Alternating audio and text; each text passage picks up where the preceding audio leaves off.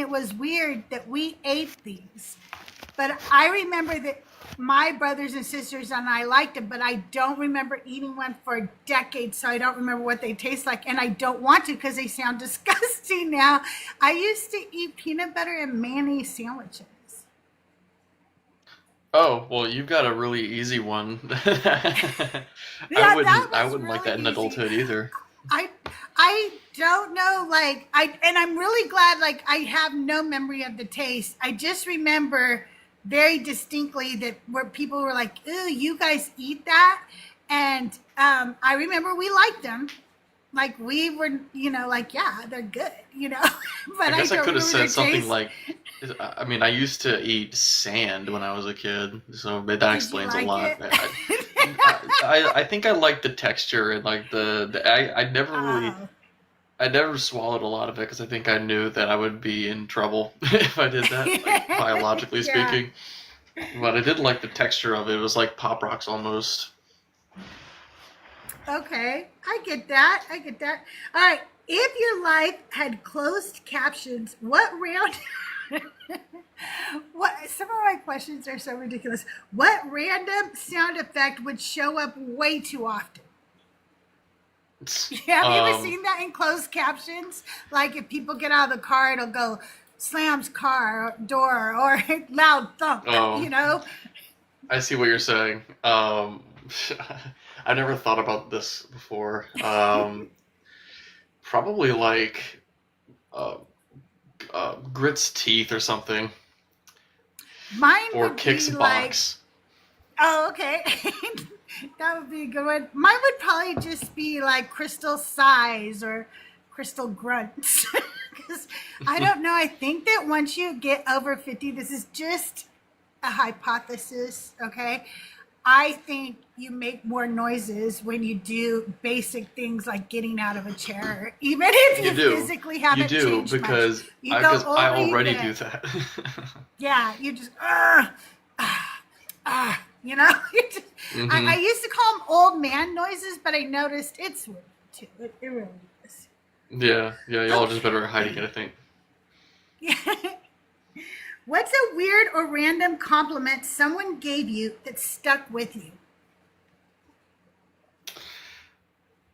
Well, probably. I think I can say I don't know if it was meant to be a compliment, but people would tell me. I was actually talking to Daniel about this last night. Um, People would tell me that I look like Rick Grimes when I grow my hair out and it curls Oh in the yeah, back and all the sides. I took that as a compliment. He's one of my favorite characters in fiction. yeah, yeah, for sure. That is, I think that's a compliment. I think a lot of people like him. Um, I've told this story before, but I haven't told it in a long time, so it probably bears repeating.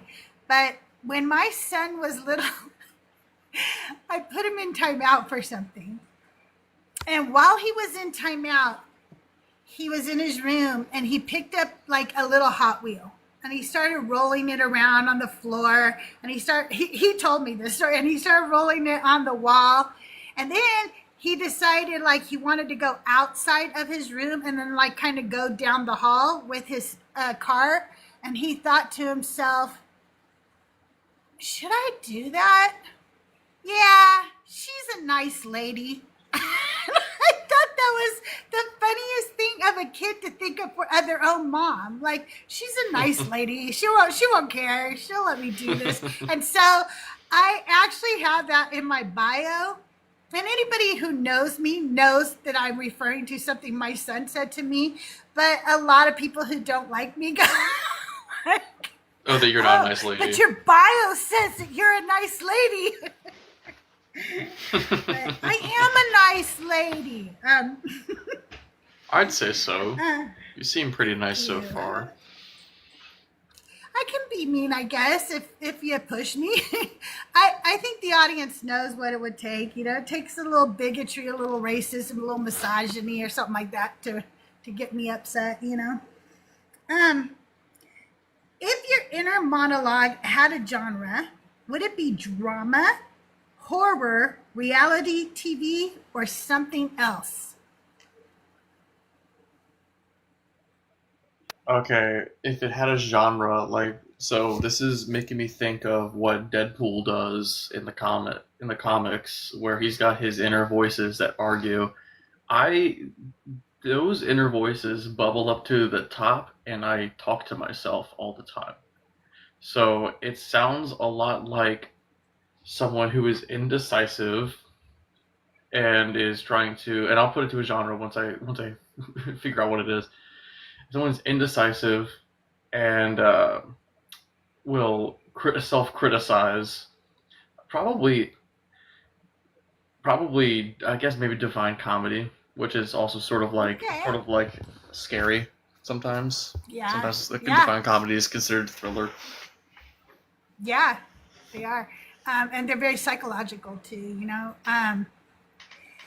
I would be a dramedy, which is the mixture of like a dramatic comedy. That's what I would be. Um, I like to laugh a lot, but you know, I can't say that everything always goes my way. And so when it doesn't go my way, I use, you know, humor to get through it all. All right. You are handed the keys to the DJ stand or whatever, and you get to pick the songs for the night. What would absolutely kill the vibe? What music would you play to just kill the vibe? Um, so I've recently been making a lot of music through Suno AI and just generating a bunch of AI music. Um, I did Bible songs with Lobes. I would probably play my Amalekite verse Bible songs with Lobes.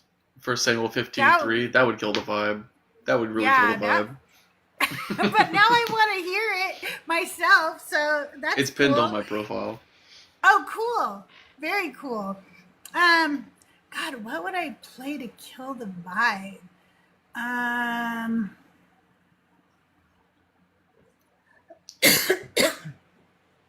because I feel like we live in such a not so serious time that you could play something horrible and people would ironically start to enjoy it even in the moment just because nobody's Like it's serious anymore. fun bad. Yeah. I think Yeah, it's yeah. a part of the joke. It's meant to be this bad. Godless says, play anything Nicki Minaj would kill any vibe. I don't. I see. I think there's people who would just go like, nah, that's my vibe. So I don't know what I would play to kill the vibe. I think I would play. Oh, you know, there was a pope a couple of popes ago that made an album. I'd play his album. That's what I would do. Yeah, I don't I'd have to play know his what it album. sounds like to know that would kill the vibe. Right? I don't even, I never listened to it. I didn't care to. I just knew he did it. And I thought, oh, if that isn't, you know, so commercial of a pope, I don't know what is. How can you? Okay. Anyway, and that was when I was a Christian, you know, but that, because you know how Christians judge other Christians. So I was Yeah, yeah. judging the other Christians, you know? Um, let's see. What's a hill you'll die on that nobody else seems to care about? This is Oh funny. wow. This Hey, one Slay. this is I don't know what I can say because there's this is just the first thing that came to my mind when you said this, and it's not something that I bring up all the time, but it's a memory that I have with my wife and her friend.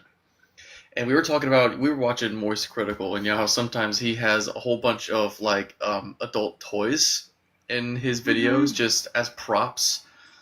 And I was making the argument that like anything, if it's the right shape, can be like, or anything can be a dildo. Like anything can be. It's true. And It's they were true. disagreeing with me. I'm like, even this thing, this can be one. This is like what I keep my black background in.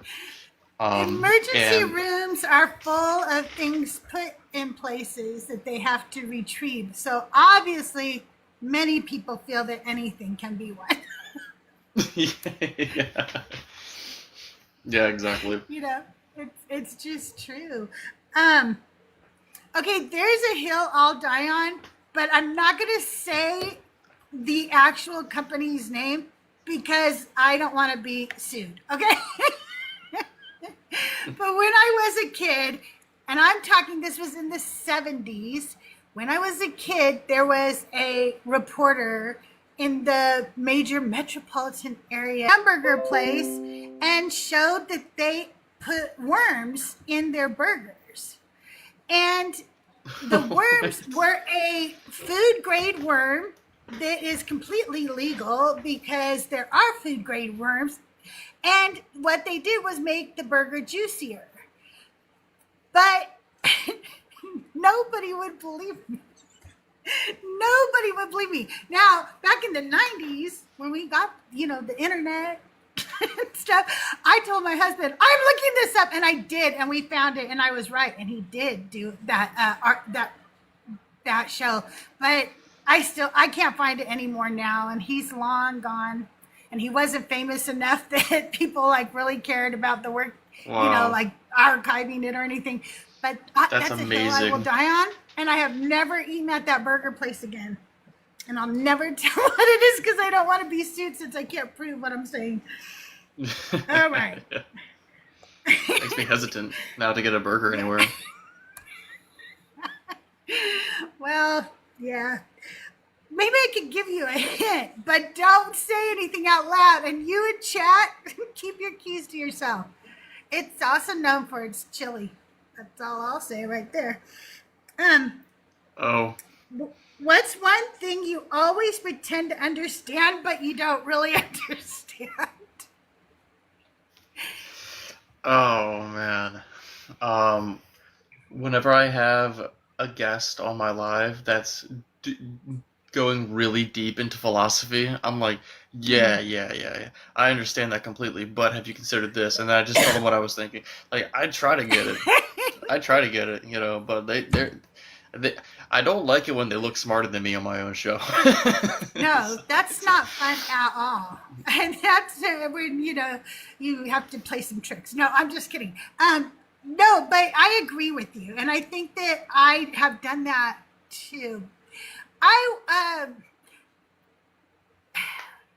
I don't try to pretend that I know what I'm talking about. Like, I will try to tell you, but yes, if you get really deep into philosophy where you're purposely saying words that the majority of the audience can't understand just so you sound smarter, Right. I'm not going to ask you the definition of each word you say. If you can't talk like a normal human being, yeah, maybe I don't need to hear what you're having to say, I don't know.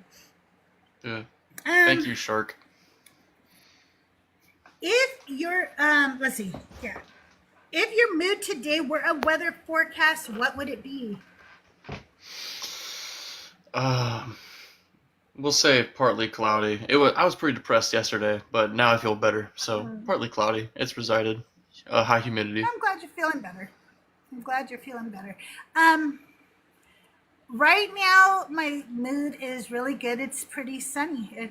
But I don't like really hot sun, so it's like got a cool little breeze.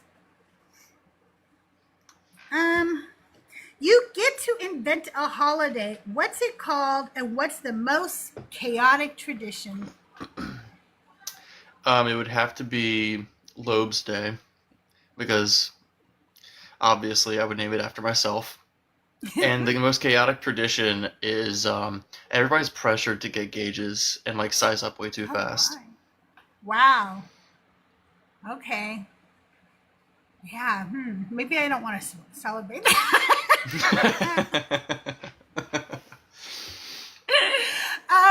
Mine, I've said this before because I've asked a similar question, I believe.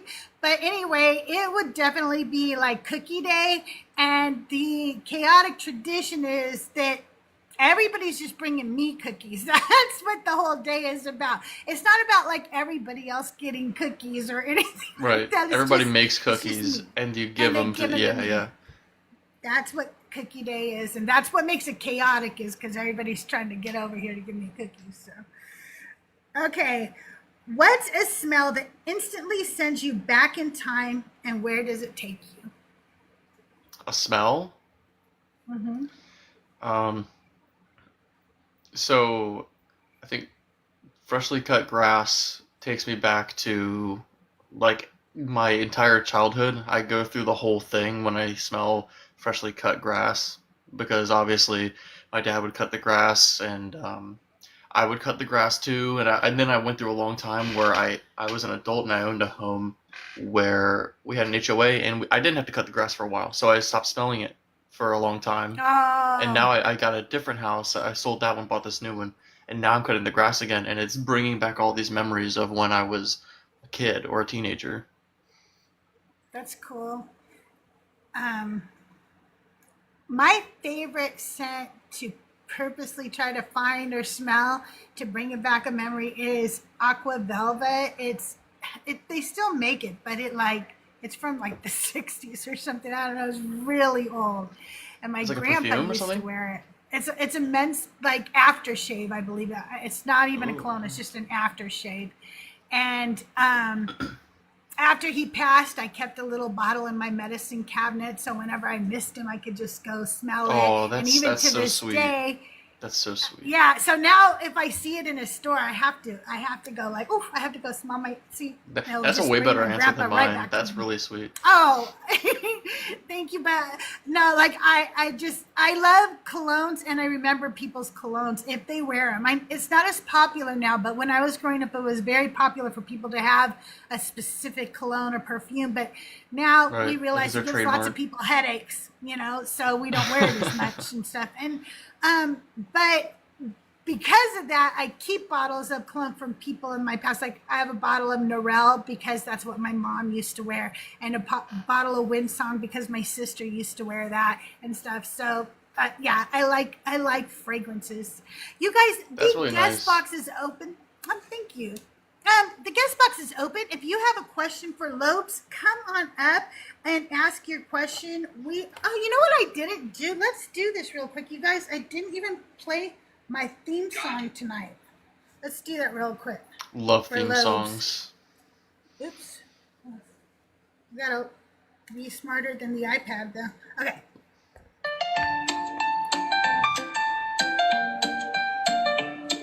It's a brand new day and she's back again. Get yourself a beverage, let's get settled in. It's Decon Q and A with CrystalJae. Hey, hey, hey, all our favorite heathens gathered in one place. All our questions answered, our favorite. You guys, thank you for being here. Keep tapping the screen, sharing out the live. I have a gift goal of 666 roses. If you can help me reach that. I also have a flash goal of the Heartneys. And if you can help me get that flash goal, I'd appreciate it. It helps boost me into the algorithm. 5, 4, 3, 2, 1, get ready for the fun. Decon Q and A with CrystalJae. Hey, Grana, how are you? All right, you guys, let's see if anybody over on YouTube had any questions yet. I want to pull them up.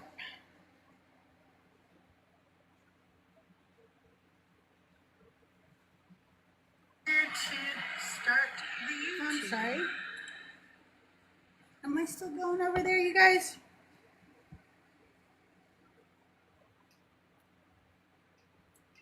I don't know if I'm still live over there. I don't see the chat.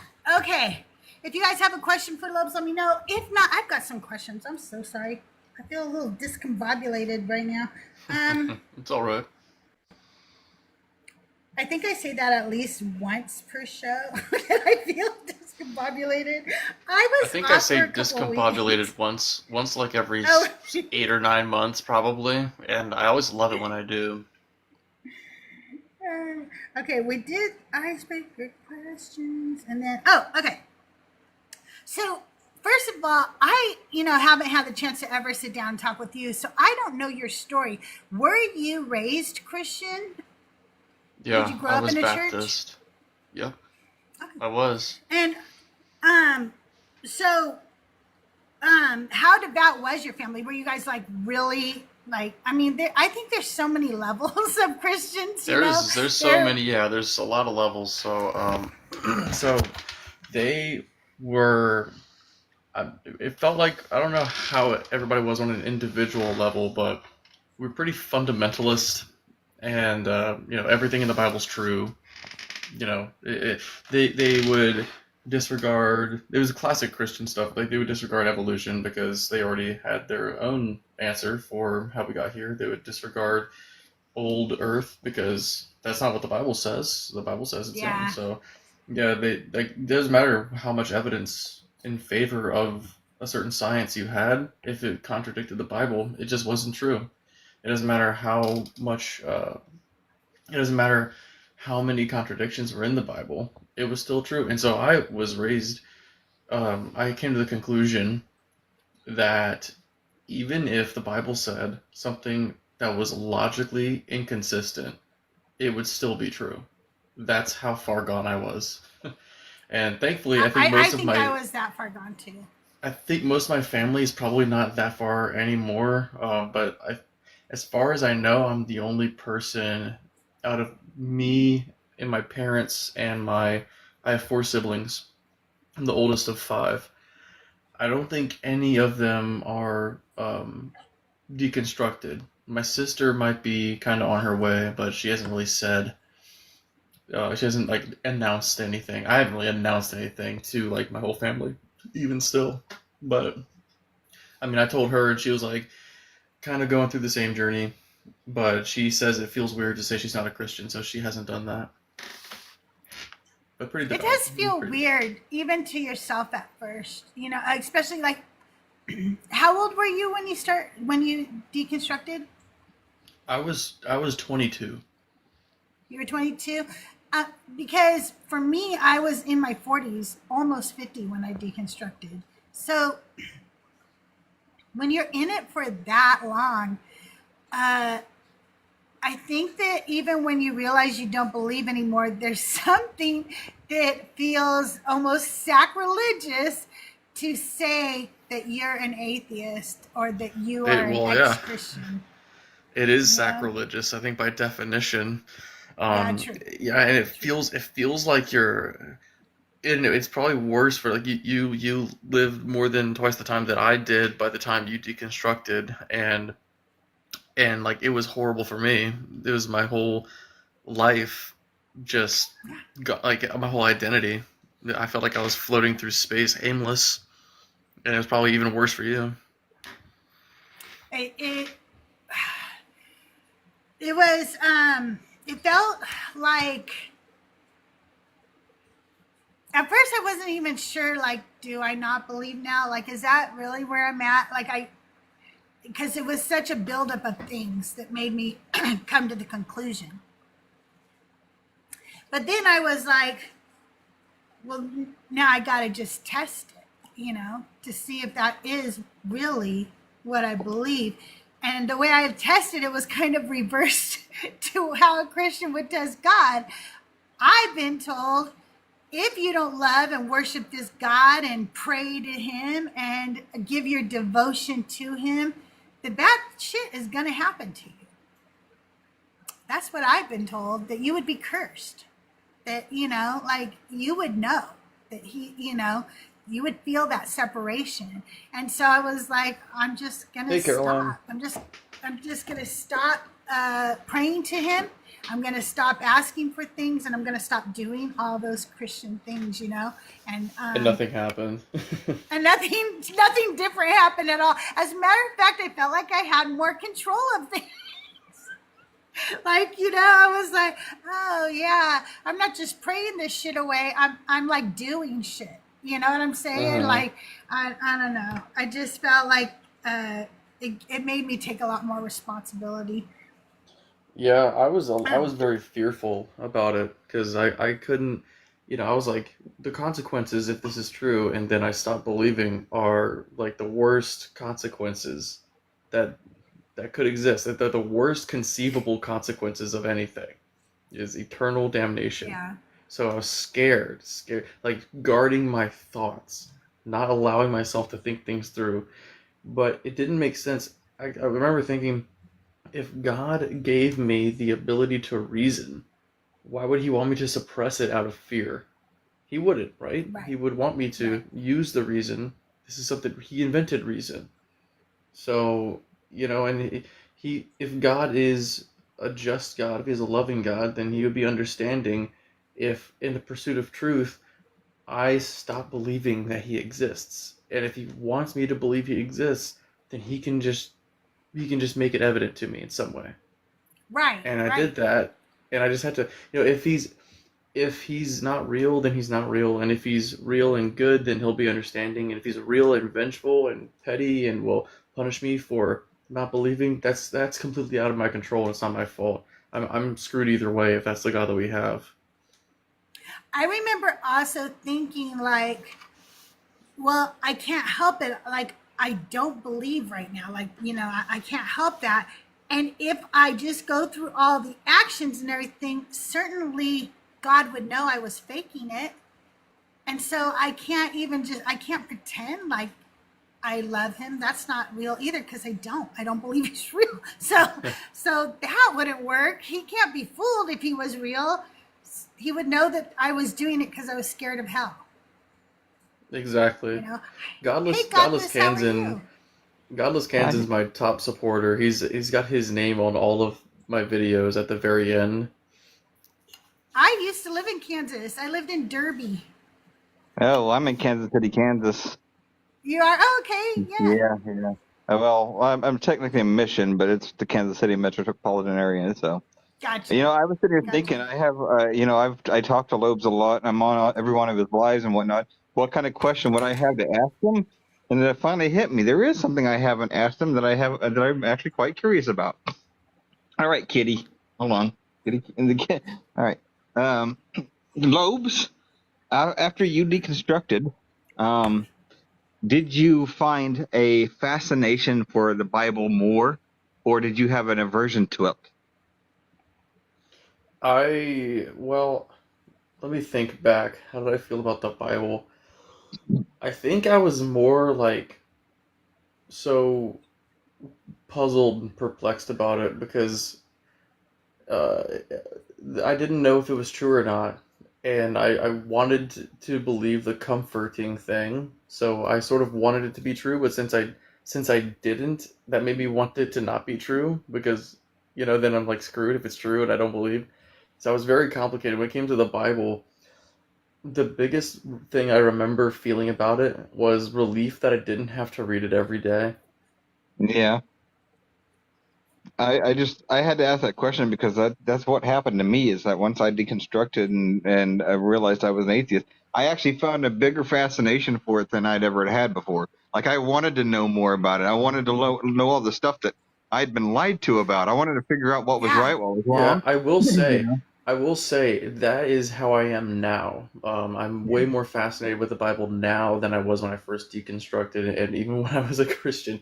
Because when you find things that are weird and raise questions in the Bible when you're a Christian, you're afraid to look into it because you're afraid that you'll not like what you'll see. You already don't like where it's going. You don't like what it's implying, what it's insinuating. So you ask an apologist or a pastor to make sense of it for you, and then they do some mental gymnastics for you, and then you just trust because they have all the knowledge. You don't have to worry about it.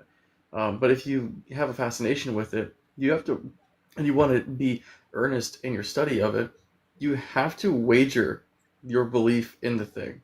You have to be willing to allow the truth to lead you wherever it will. And I haven't done any academic study of the Bible, but it's funny, like I think I'm considering doing it. If I had like unlimited funds, I probably would just get a degree in the Bible. That's the way I feel too. I really would, but I'm not going to do it because I'm never going to do anything with it career wise, especially at my age. But Hmm. I find it more fascinating now than I liked it before, and I liked teaching it, but I feel that it was because I was a fake Christian. Like, not that I was a fake Christian, but I think when you're Christian, you're often fake. Does Oh that make yeah, sense? like Like, you were you're a fake always person and you were pretend. Christian. I was a fake person. Yeah. Because you can't say negative or bad things because then it's almost like you're cursing God because everything is for the glory of God. So never be sad, depressed, never say anything negative, always be happy, smiley, and thank God for everything, you know. So It's yeah, it kind was of like pretty being in fake. in a sales position. In a sales position, you have to constantly be in a positive mood. You can't say anything bad about the company you're working for because that will lower the morale. You have to be like very enthusiastic, and it's and that is analogous to missionary work. You have to be on fire for God. You have to like correct your mood to be in a good mood whenever you're meant to talk about a certain thing for somebody. You're witnessing to them, so you can be down in the dumps when you're talking about the best news ever, right? So yeah, Yeah. Yeah, it's Well, exhausting. this is where it's like opposite for me because when I was a Christian, I truly was on fire for God. Like I was wanting to win as many souls as I could for Christ. Where I think I was dishonest was there was a couple of times in which I would engage in some kind of shady shit in order to get people to go to church. You know, I was so on fire for God and I was so like truly for it that I would do things that I was not exactly honest, you know, on the honest side of things to try to get people over into Christianity. And that in of itself makes me look back and think I was a worse person as a Christian than I am as an atheist. oh, I definitely think I was the worst person too. But I also think it's different for women than it is for men in the religion because obviously, men are in a higher position than women in the religion, and so that I think a lot of times women think like this is kind of bullshit, like a lot.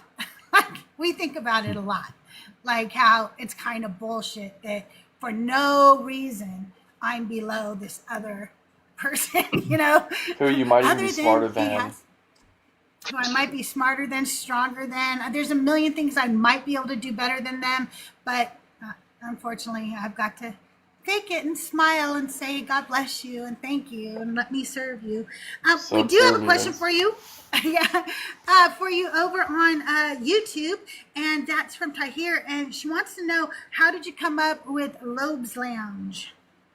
Lobes Lounge. So my name, I picked Lobes as my name because of my gauges one day. I thought that was just obvious. But Yeah, Lobes Lounge specifically Lobes Lounge, I thought it was catchy, and it is catchy. it perfectly embodies the atmosphere that I like to have. I like to have late night discussions with people while I'm drinking and uh, you know, go into the deep stuff. I really enjoy the conversations because when you're so devout for so long, obviously, then you leave. It's still on your mind. People who stay Christians, they think that when you become an atheist, you just don't think about it anymore. But you think about it Right, probably right. more so than when you were, because you spent so many years believing it so heavily. So you're contemplating it. You're comparing your new worldview to the. Anyway, that's besides the point. Yeah, I like a lounge, relaxed atmosphere. I like darkness and neon and everything, and I thought that atmosphere was great, and it perfectly enveloped the catchy uh, two words that start with L. It felt right. Yeah.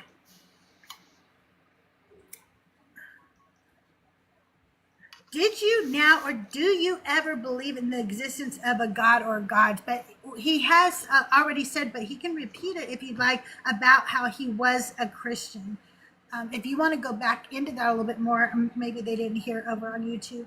So I don't know that I said that I didn't believe in God. I said I'm not a Christian anymore, but I don't believe in God. When I first deconstructed from Christianity, I was still a theist because part of my thought process was that I had a supposedly at the time I thought this it was a good, robust reason for believing in God, which I didn't know it was called the cosmological argument, but that's what it was.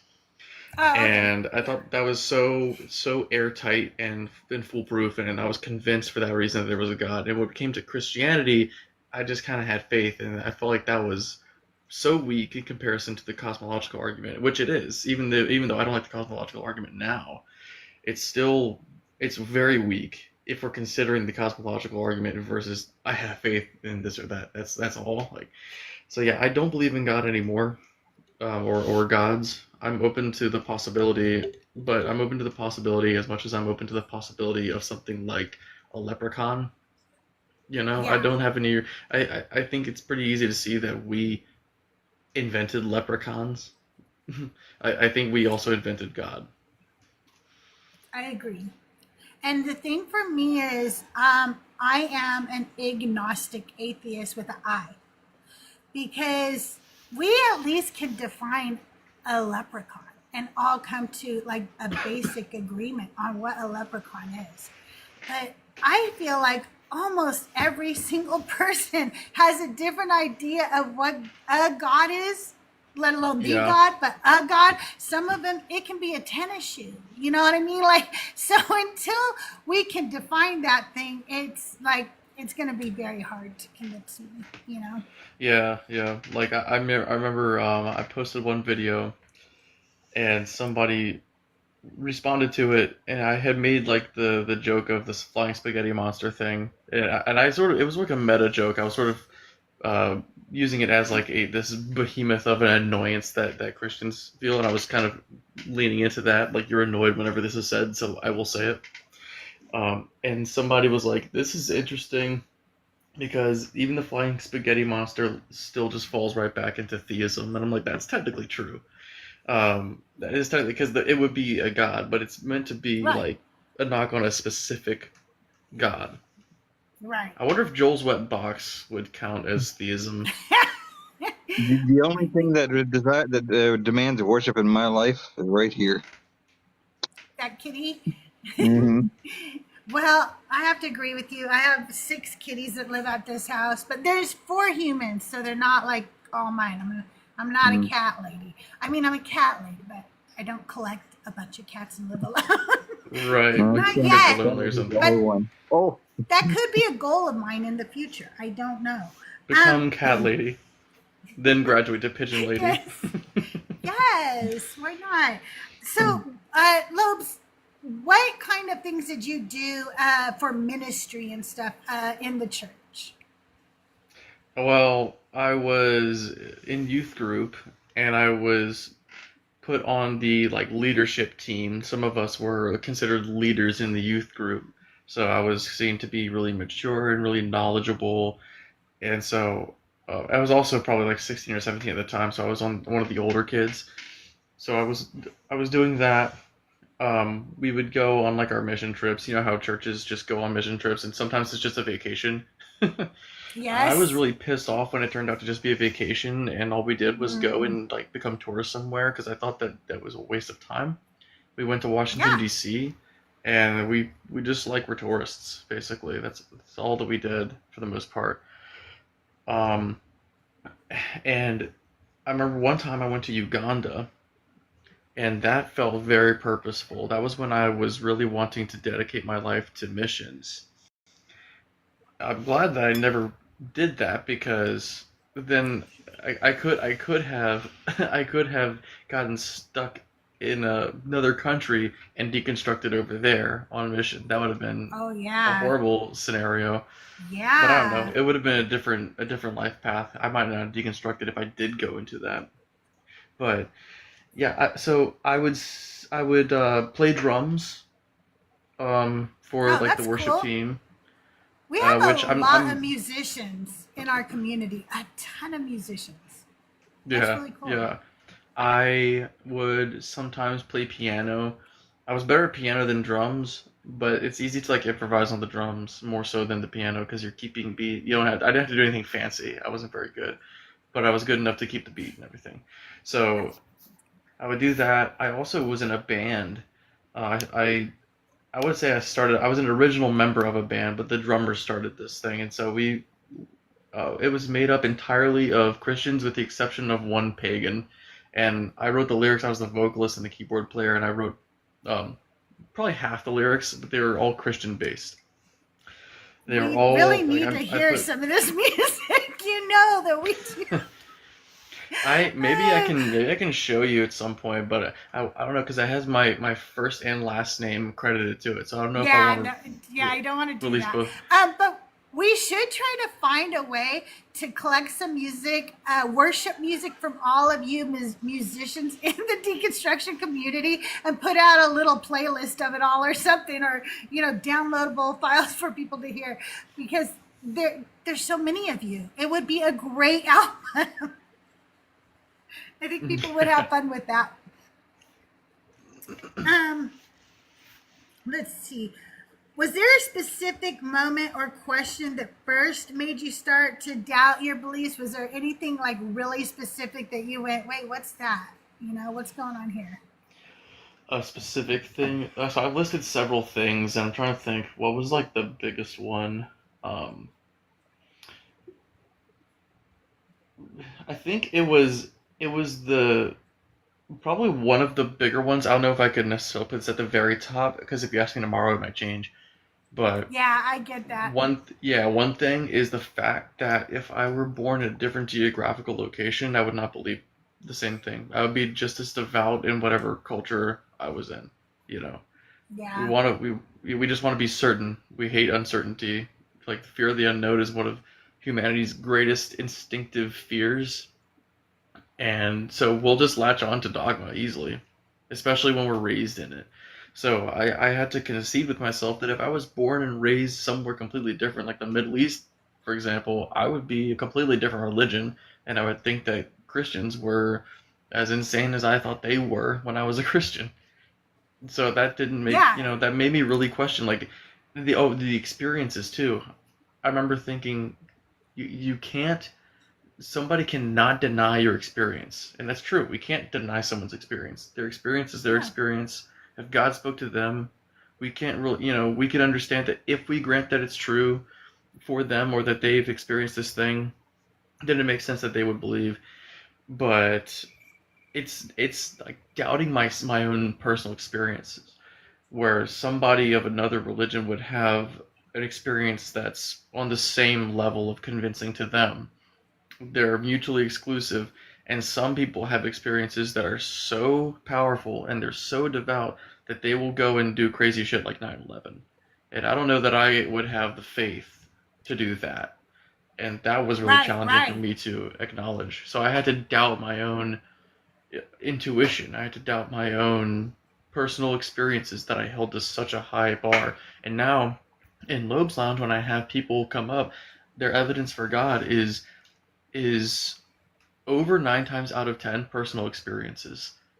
And Yeah. that just speaks volumes to me. Yeah. Yeah, for sure. Hey, glass blower, can I get your age for TikTok purposes?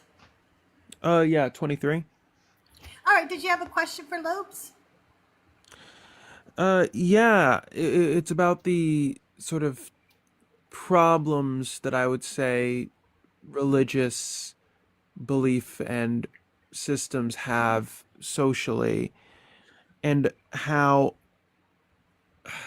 might sound bad, but I've found that there's times where even what is considered the quote unquote good effects of religion in society are actually pretty damaging. Like, I'm a Canadian Dane, so I live in Europe, and there's a problem that I would say happened in the Netherlands where this sort of Christian fundamentalist party was sort of harboring migrants to prevent them from being deported.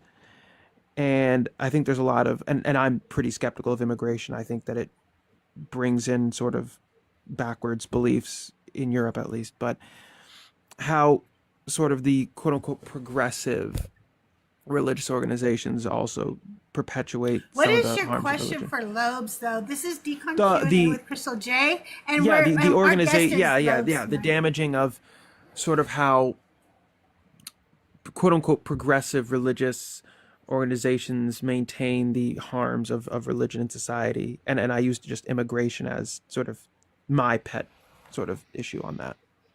Um, I'm trying to follow what exactly the question is. So you're asking with progressive Christians what they do with immigration or something. Can you rephrase it? Well, I use immigration as like the main thing because in the States, in Europe, the churches are usually pretty Okay, so it's not hostile to the idea of specifically like immigration. So okay, just do a immigration different is example, where maybe.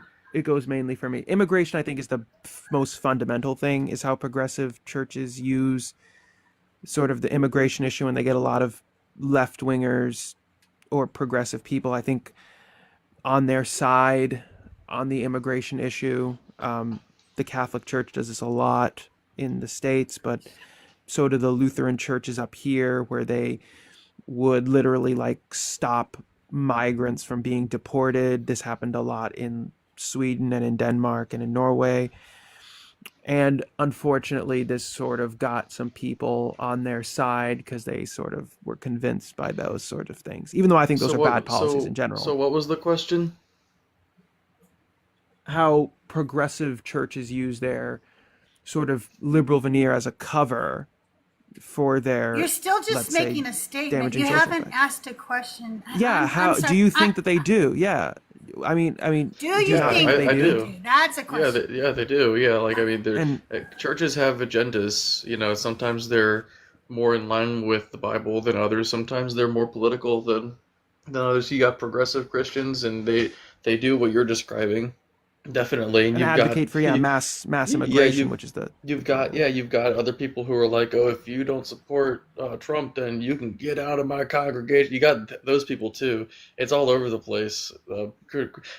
Churches, they have um, they have a following. They have people who are dedicated and are members of there. They have a platform where they can influence. They have religion on their side. All they have to do is if they have devout people in their congregation say that God told them this and this person that they want to support, whether it's the president or this policy or whatever, they have to just connect it to this is what God would want, and they can influence a fucking litany of people who just have turned their mind off and will listen to whatever the hell the guy on the stage says. They absolutely do use that to their advantage. Yeah. and also trick progressive people to allow for the mass importation of more followers for them. Can I ask you something? Did you change your name recently I don't on think so, TikTok? no. I feel like I've talked to you before. Well, I'm going to go ahead and let you down now because if I'm not mistaken, you're the bigot who likes to talk about deporting illegals, even though I tell you not to say that on my show. And you keep talking about immigration. It keeps coming back to that. So I'm pretty darn sure that's the It person you did are. seem like it almost seemed like a running joke where like he says I want to deport legals. He wants to report everybody. It did seem like it was like a character that maybe you would see in Rick and Morty. Like, we'll just make his thing. He wants to talk about immigration, and that's he's always going to fit it in. That's how it felt because I felt I like I think answered the he's for question, and he's like, eugenics too. I really do. I think he's for interesting. eugenics, if I'm not mistaken.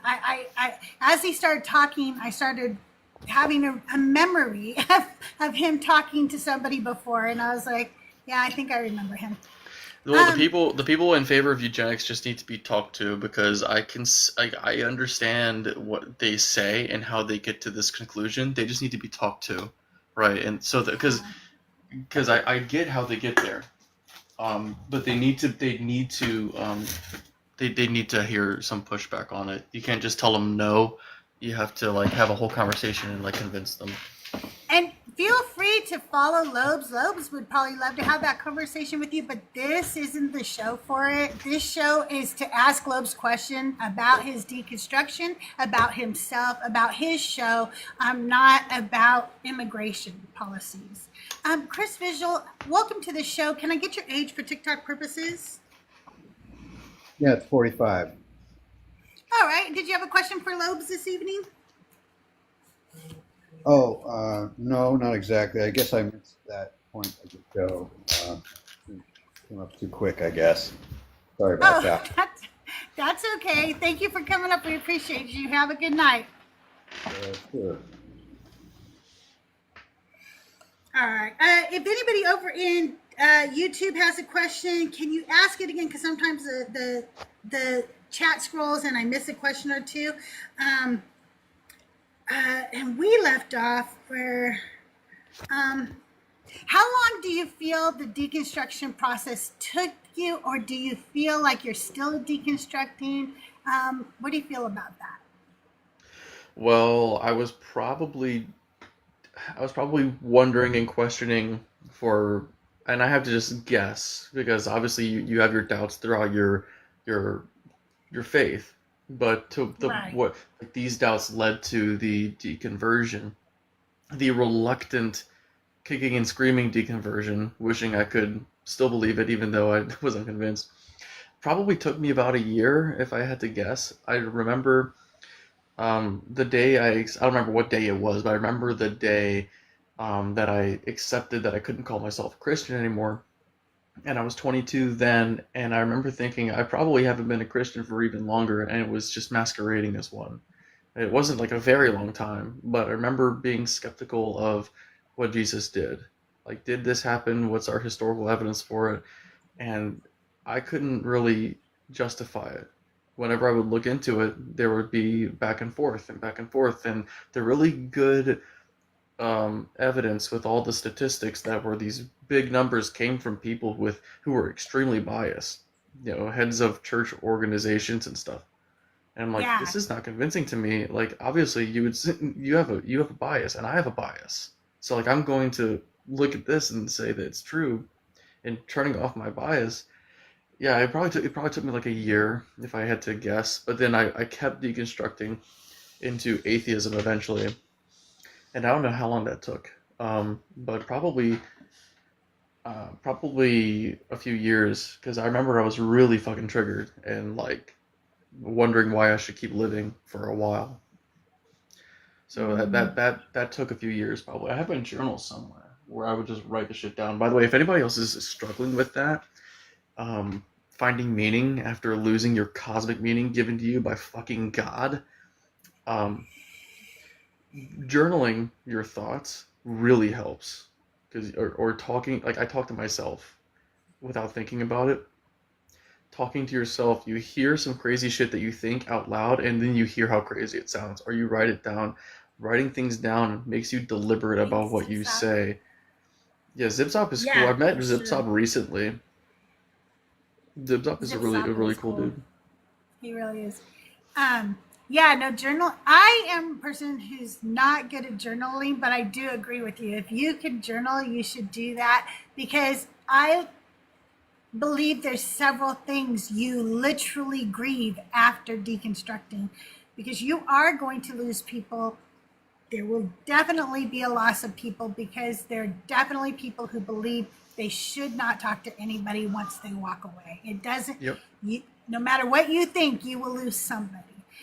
You've lost your best friend because let's face it, we all as Christians think Jesus is our best friend in the whole world. Yeah. You've lost whoever it is you've been talking to because you've been praying to somebody. So you've been talking to somebody. You've lost eternal life. Like the Yeah. idea that you're going to live forever. And so there's a lot of grief and a lot of loss, and there's a lot to work through. Now, one I thing am going one to, thing that's really really important though, when you say you've lost the person you lost your best friend, the person you've been talking to, like and now you're lonely and stuff. That is true when you think about it. But if you think about it for a little bit further, if you didn't feel lonely when you were with God, it was because of a delusion. You were with yourself. You were talking to your subconscious, a rule set that you've set up for yourself or that people have instilled in your mind. You've personified this other identity inside your mind and called it yeah, God, it's but it true. is just It's true. another version of yourself, a certain standard that you It's true. hold, and sometimes it would speak back to you in love, and that can still Mm-hmm. be you. You can still speak affirmative things to yourself. You can embrace yourself because yourself was already embracing you right back for this entire time. You just were unaware that it was you the whole time. You thought it was Right. this thing that you now admit is a fairy tale. Yep, absolutely. And I do want to tell everybody if you're listening right now, I know we only have 14 people over here, Lobes, but we also have about another 25 people over on the Deconstruction Junction YouTube. I tried to put my YouTube back up. I don't know if it went back up, but it will be posted on my YouTube this week. So, but we do have quite a few people over on YouTube listening tonight. And so if you haven't joined the Deconstruction Junction Discord, the link is in my bio. It's free. And we do have a mental health resources area and mental health threads where you can talk about things with people. And we do have a few professionals in the Discord. So make sure that you join the Discord if you like. Solo, how are you? I'm doing well. How are you? Doing great. Good to see you again. Solo was one of my first friends on the app. Have you met Solo before, Lobes? I don't think so. I might have. I don't think so. I think I've been in your chat a couple of times, but I've only been there just, briefly. But I have seen your live. I flipped by it. So as I've only flipped by it and was there briefly, I don't know too much about you. So I guess if it's okay, I would just ask a few questions. Yeah, sure. So what brand of atheist are you? I would say I'm an agnostic atheist, if that is what you're asking. Yeah. Okay. So do you take do you take the lack of belief position, or are you more of a arguing against the existence of a God? I think currently I would still say lack of belief, although it is steadily leaning more and more and more towards hard atheism, because I keep hearing bad arguments in favor of God existing, and I keep losing reasons to even grant it, because I would say genies aren't real positively, but that's because of a lack of evidence, and that's the same reason I don't believe in God. So I could probably just as easily say that there's no God. So I'm kind of leading. I'm like one sea hair away from saying I'm just an atheist, not even agnostic. But I would still, since we're being scientific, I would say that I'm an agnostic atheist, I guess. Yeah. Let's see. What is your take on morality? I think morality is a construct that people have their own versions of it. Some cultures have their own morality that is culture wide, and then you've got outliers as subsets of this. It's something that evolved alongside of us, that we developed as a tool to interact with other people in the world. I don't think that it exists once it's down to one person. I think that it's something that we use to flourish, and sometimes it's better and sometimes it's worse. I'm listening to some people who have arguments for realism. I would consider myself an anti-realist when it comes to morality, but I'm since I have realized that there are moral frameworks that are better than others depending on what your goal of morality is. If it's to promote human flourishing and to reduce harm, that is a certain standard that you can hold, and you could say that one system is objectively better than the other one, and then by that metric you could argue it's objective. But I'm still kind of just thinking about it. I think it's pretty loosey goosey. I have very strong moral opinions, but I acknowledge that they are my own from my own human subjective stance. All right. So last question. This is a two-parter. What's one thing that you are glad to be done away with now that you've walked away from the faith, and what's one thing that you kind of miss? So the thing I kind of miss, I'll answer that one first because the answer came to me immediately, was the sense of community, the sense of purpose, the mortality is secure. Like there's so many benefits to believing this lie. But one thing I am happy to be rid of is the fucking anxiety of having someone who has a standard of absolute perfection looming over my thoughts, constantly controlling how I think, and I can't even consider certain possibilities because they might be blasphemous. Like, what if God is not all that what he's cracked up to be? He knows I'm thinking that, or he knows I'm going to think that. I need to shut it down immediately, or fucking else. And I'm like, that's such an anxiety. That is such a horrible state of mind to be in. I did a video on that recently talking about that. Um, it's it's toxic, and the thing is, I didn't realize how good it felt to be rid of that until after I left, because I wouldn't allow myself to realize that that's what was happening. I had the rose-colored glasses on. If I felt like I didn't like it, I would tell myself I did, and I wouldn't allow myself to feel, or I wouldn't acknowledge that it was anxiety. I would acknowledge that I was being bullied by this fictional thing. So I'm glad to be rid of all that. Yeah, for sure. I've thought about the thought police aspect of it before too.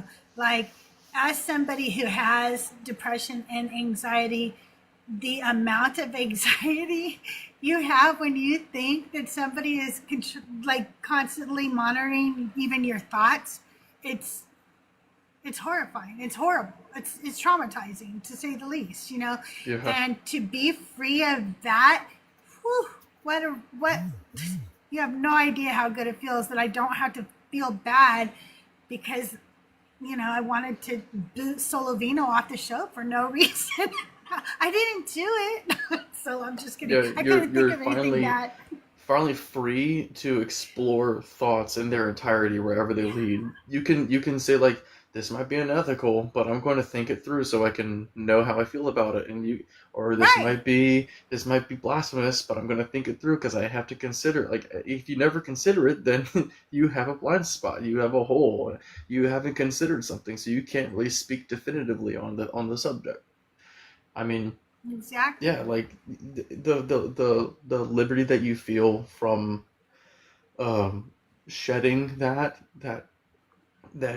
captivity, the psychological captivity that people indoctrinated you into having is so nice. It doesn't It come without is. its hardships sometimes, but it is very nice that you can just think whatever you want and it's safe in the vault of your own mind. And it's there's so many freedoms that come from letting go of this religion. There's freedom in knowing that I literally do not have to forgive somebody. If I feel that they have not earned my forgiveness, I don't have to do it just because I am being told God won't forgive me. Crystal, did I you can see my video realize, today? I Um, feel I like I did, but posted maybe I one didn't. where I talked about where I was shot. And when that happened, I met up with, and I was already deconstructed from Christianity at the time. I was still a theist, but I went out with one of my friends who was still a Christian, and I don't know if he knew that or not. I think he thought I was still a Christian because I wasn't telling anybody. Um, he was out with me and my girlfriend, who's not my wife, and we were having dinner, and we were talking about that whole incident. And he asked me, "Have you forgiven him yet?" And I looked at him, and I looked at my girlfriend, and I looked back at him, and I was like, before I could tell him no, because I was trying to figure out how to phrase my answer, because I knew that like you're supposed to forgive him from that paradigm, and I would have if I was a Christian. I've been like, yes, I forgive him, or I'm trying to, but I didn't know how to break it to him. Like I didn't know what to even say. I hadn't considered that. Yeah, And yeah, before I could answer, he said, "Sorry, that was a personal question." Like, and I was relieved that he did because I didn't want to get into all of like all of that. I didn't want to get into that whole can of worms, like why I don't think I need to, because I think right. I also didn't even really know how I felt about forgiving people at that time. I hadn't considered that because it was so new. I was a brand new non-Christian, feeling like I still need to forgive everybody because it's what God says. But now it's like there's no rules, so to speak. There's no cosmic Yeah, rules, at least, and yeah, I can forgive everybody and hold that to be a virtue. But um, I held that out of obedience before. I didn't reason my way to that. right. So I mean, I hadn't And I hadn't thought about it. I think that people who believe in 100% forgiveness, for everyone, no, regardless of what they've done or regardless of what they continue to do or whatever, just forgive them. I think those people think that those of us who are like, no, I'm not forgiving them. that we sit here and brood about it all day and all night, that we are sitting here harboring some kind of hateful thing. Listen, I don't think about that person until every once in a while. There's a blue moon, something will trigger a memory. But I don't have to forgive him either. I don't have to forgive anybody either, especially if they've never apologized, repented, changed their ways, done anything to show me that they are worthy of any kind of forgiveness. And the problem is that Christians think that as long as you ask God for forgiveness, that's enough. It doesn't matter, you're worthy of forgiveness or whatever. No, you got to make it right to the people you've hurt. And then I'm a very forgiving person, by the way. You make things right by me, I'm a very forgiving person. But Yeah, I mean, I try to look at intentions, right? Like, if somebody is genuinely doing the best they can, it's pretty easy for me to forgive them. I might not trust them. I might think that they're a liability, but as far as their character is concerned, I will give people the grace that I think they should receive. But I remember preaching before. I say preaching loosely. I wasn't a preacher or anything, but I remember saying constantly, like, you need to forgive how Jesus forgives. You need to forgive how God forgave you. And now, that's such a funny thing to think back on, because I don't ever require anyone to die for me to forgive them. Right. There doesn't need to be any blood for me to forgive somebody. It's like somebody bumps into me. It's like, oh, sorry. It's like, oh, there's got to be blood. You bumped into me. You transgressed against. You stepped into the space that I was occupying. Oh my God. Yeah. Man.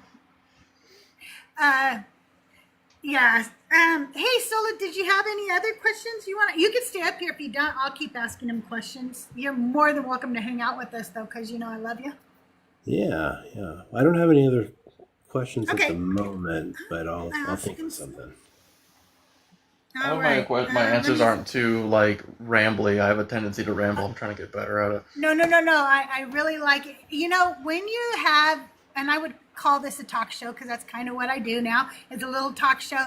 The worst is if people just go, yes, no. And then they don't, because we're trying to have a talk, so I love it. Tell the stories, give us everything. We want to hear it. We want to get to know you. Okay, good. Then I'll ramble. I forewarning, I might fucking repeat myself. time again. That's okay. I do too, anyway. Some of these people are probably really sick of my stories. Wait, I think we have one of my favorite guests to come up. Grana Zana is coming up, y'all. Come on, accept. All right, there she comes. Hey, Hey, Grana. How are you tonight? I'm good. How are you guys? Doing great. Did you have some question for Lobes tonight? I do, and I wanted to come up now because I have a question about what he just said. Okay. And I missed the beginning because I just missed that you came on, so I apologize for that. But did you have family members that were Christians that you've had issues with? Because of my deconstruction? Yeah. Well, I only told 2 of my family members, even to this day. So, I mean, one of them. So at first, this is all right. This kind of prompts, I guess, a story. If you said you're okay with me rambling, so I'll just tell you what my thought process. We love stories. So, We do. I just going through the way that I thought about it. I had to tell fucking somebody that I didn't believe anymore. I couldn't just keep that to myself. So I told my brother, and we were close. We're a year and a half apart. And we shared a bedroom and everything. So I went into the bedroom and I told him I had to stop thinking about it and just make the words come out of my mouth, and then just let whatever happen happen. I told him by the way, I don't believe in this anymore. I'm not a Christian anymore. And he really quickly said, why? Sort of like that, slightly different. I think it was a little bit quicker. He was very much the type of person, still kind of is, he always needs to be right. So it was kind of I could have gotten into something, but I might have triggered him by the fact that it was me saying this to him. And I told him why, and he sort of just, we just dropped it because that we didn't want to. I think neither of us wanted to argue about it, and we both needed to process the fact that I didn't believe anymore. And then years went by, and I didn't tell anybody. I didn't tell anybody else in my Wow. family except him. And I told myself that it was because I didn't want them to think I was going to hell. It was a courtesy to them. It was me being compassionate. I don't want them to think I'm going to hell. But the fact that I told him, kind of, I realized that I was lying to myself. Because how could I love my family so much to not want them to think I'm going to hell, but then immediately make my brother think that? Like, do I not love him? Do I love him less or something? Like, was I being selfish? So I was honestly just scared. I was scared of what would happen. And now I still haven't. I'm actually getting a little bit emotional. Um, Now I still haven't because it's like, how do you bring it up after all these years? I wanted to Hmm. do it right. I didn't want to make a big announcement with everybody there so for them to gang up on me. I have told one other sibling, and it seems like she's been deconstructing herself. She's still, I think she still wears the label of Christian, but she's very much like questioning it. And so that was a success. I told her one day after years of being an atheist, and she was very supportive. She wasn't phased. She didn't even blink when I said it. She was like, "Yeah, okay." Like, she's super accepting of it, which is awesome. And I think that it would be fine for me to tell people. I think that they would be accepting of it. But at this point, it's been so long that for me to bring it up would just be random. I haven't had any Yeah. negative experiences with my Right. family other than the most negative one was my brother being a little judgmental, but he didn't.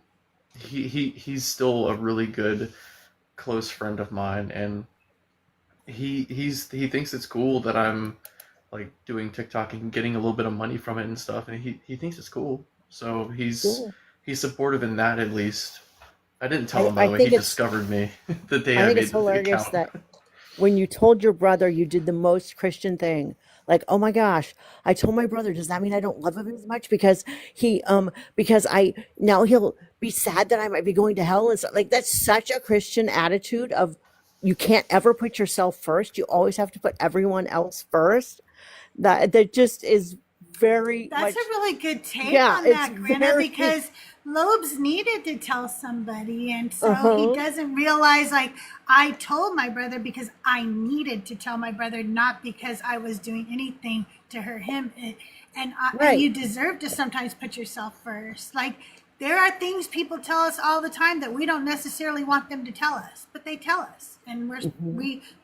we're there for them when they do. So. Yeah. But Yeah, I that don't that's think it just, speaks to how much you loved or didn't love him. I think in the moment you needed to tell somebody that was a soft place to land, yep. and that was him. Yeah. I think I needed to hear that take too, Grana, so thank you for saying that. Yeah. Yeah, Thank you. that's Hey, just what hit me Starfire. because, I think we all still do that to some effects to some point. Yeah, for sure. Hey, Starfire, can I get your age for TikTok purposes? I'm 25. All right, did you have a question for Lobes? Yeah, as an atheist, how do you rationally ground your epistemology? Go ahead. Oh, I'm sorry. This isn't a debate space, but Yeah, thanks for shut your coming up. fat mouth. It, You're fat and obese. I'm not talking to you. Lobes, answer the question. oh, no, he's not going to answer Yeah, the you're a question. This side is character. my Stop show. talking. You're a side character. Shut your mouth. Did Lobes, you answer really the think I'm a question. side character? You're a side Nobody talked character. to him. In real Nobody life, talked. in real life, you wouldn't talk to me like Mm-hmm. this. Anyway, Lobes, answer the question. Love's I not think going to do in real anything. life, a Christian doesn't speak to anybody this Who said way. I was a Christian, little buddy? You're built like a stepped-on Newport cigarette. I'll smack you in your mouth. Answer the question in a linear fashion or concede to me right now. Yeah, look at Don't you. anybody report, because Yeah, if you Lobes, you're report, then stomached right now. Fucking nigga. if you he's been blocked. If you report it, it affects me, not He's just not him so jealous of you, much. Crystal. That's all it was. He's just jealous of you. I don't care.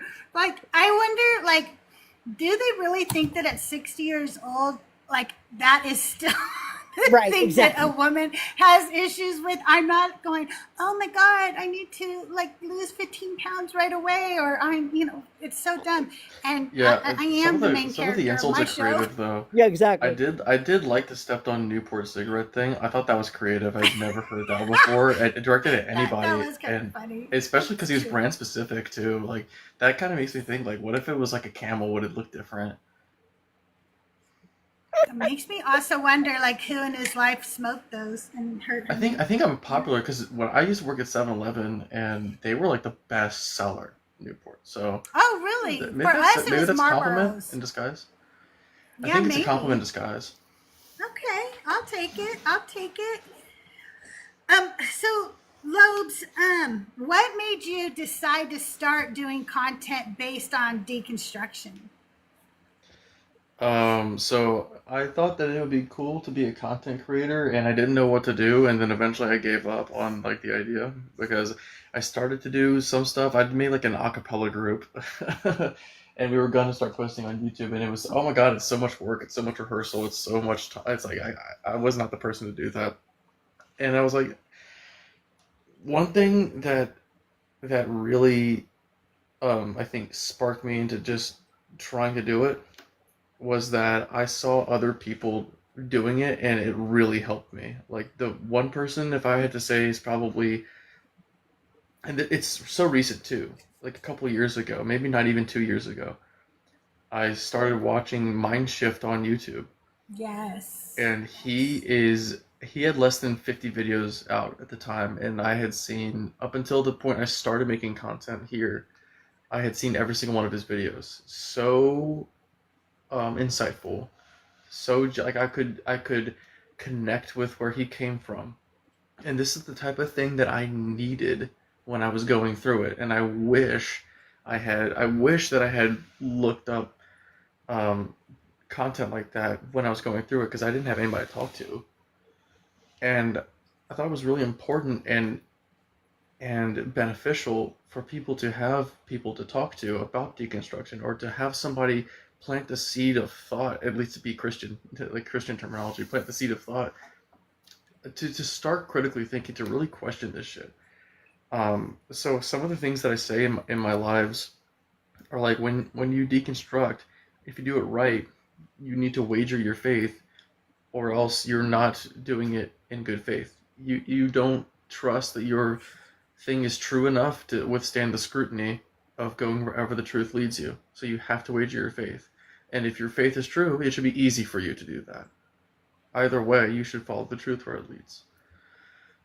Um, so starting the content, I talk to myself all the time, like I said, and I will sometimes be standing in the mirror having these arguments with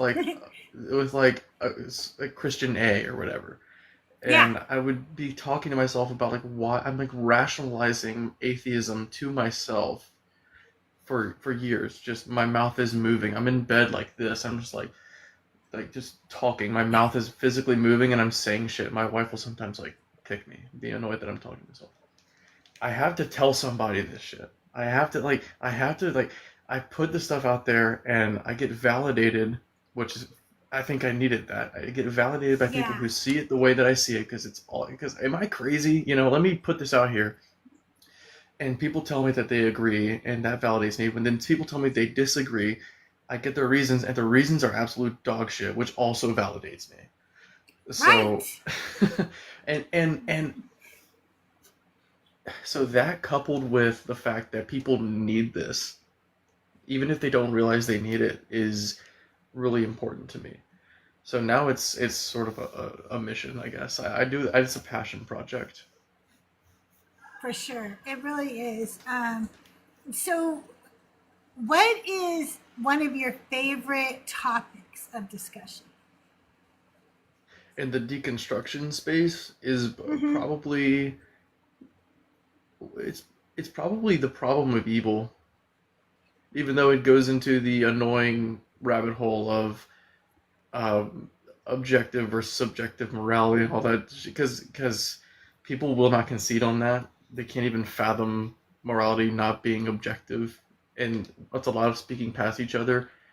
but I'm not a phil bro or anything. The philosophical arguments are the easiest things to talk about because you don't need to be an expert on like science to understand some. You can hear an argument from a philosophical standpoint for the first time and understand what people mean. You can become an expert on a certain topic just with a single conversation with somebody sometimes, Yeah, I because used to they listen to open your mind. Breezy. Do you know Breezy? He has like an owl um, uh, thing. I haven't seen him go live for a really long time, but he would have philosophical conversations in his live. And I didn't know anything about philosophy because growing up in the church, I wanted to be the best Christian ever because my mother had abandoned me. So I had, um, you know, issues with abandonment. And so I didn't want God to abandon me. So I had to be the best Christian ever.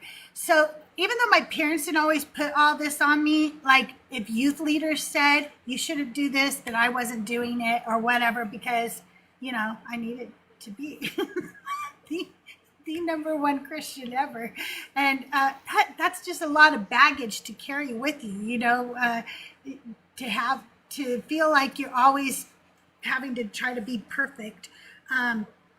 What is so the philosophical arguments for me were a little difficult at first because they did that thing where they talk over your head with just terminology.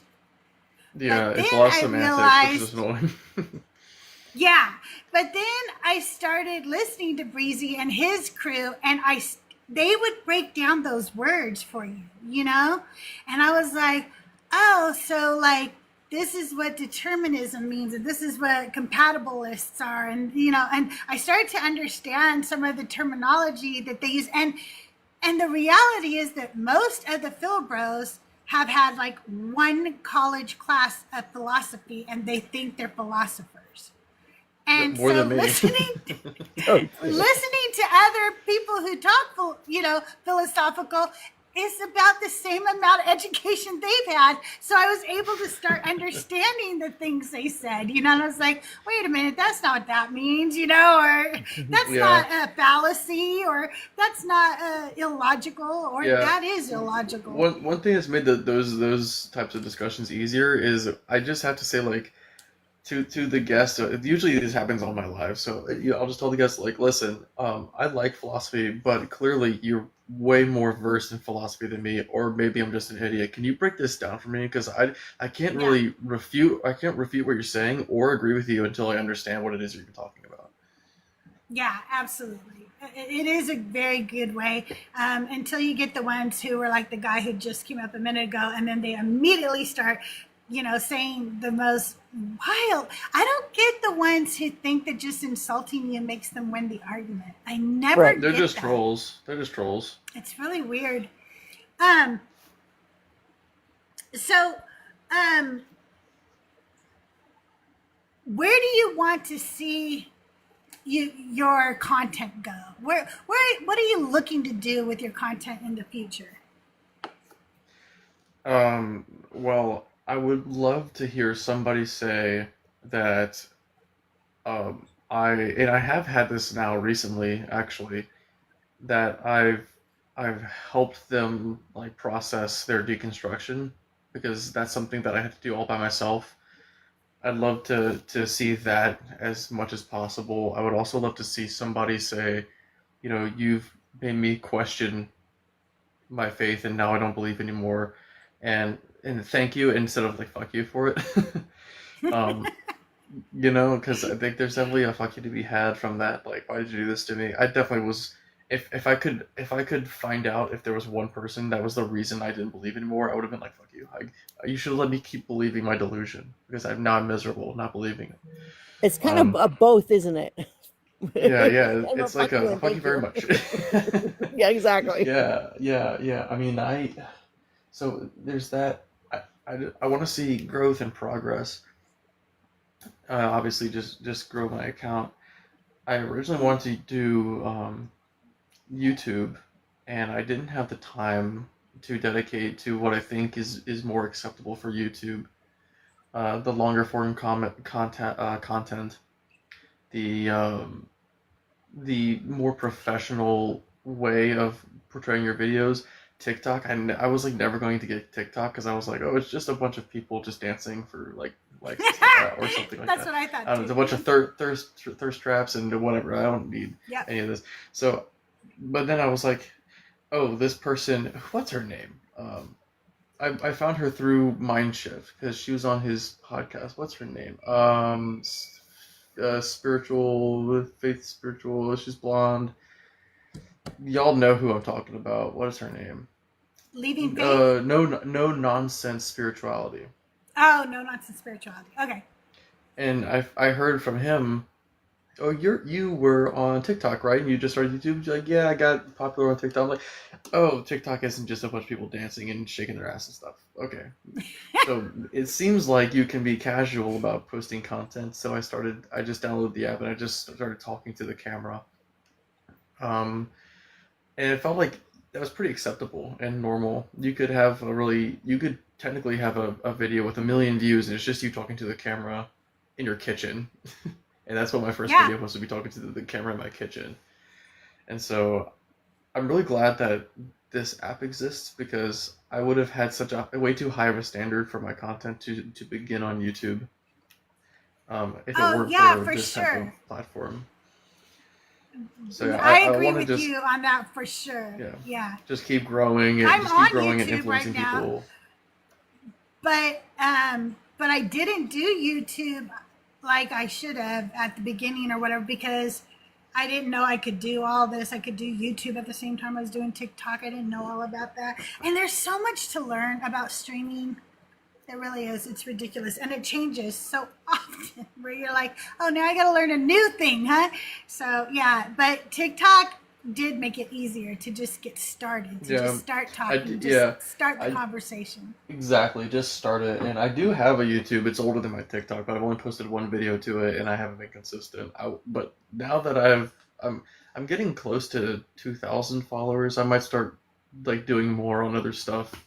It's just a matter of if I can find the time to do it. I might just start it, right? Like we were saying, just start doing something, and I might Yeah, start posting my TikTok videos over there or something. Really, just to get the yeah, account going a little bit. absolutely. Speaking of YouTube, you guys, if you have questions or if you are over here on, hey, Shattered Foundations in the house, that's a great podcast if you guys aren't listening to it. And that is my good friends Ty here and Garnet, and they have a great podcast called Shattered Foundations Reconstructed Self. I think I got it right this time.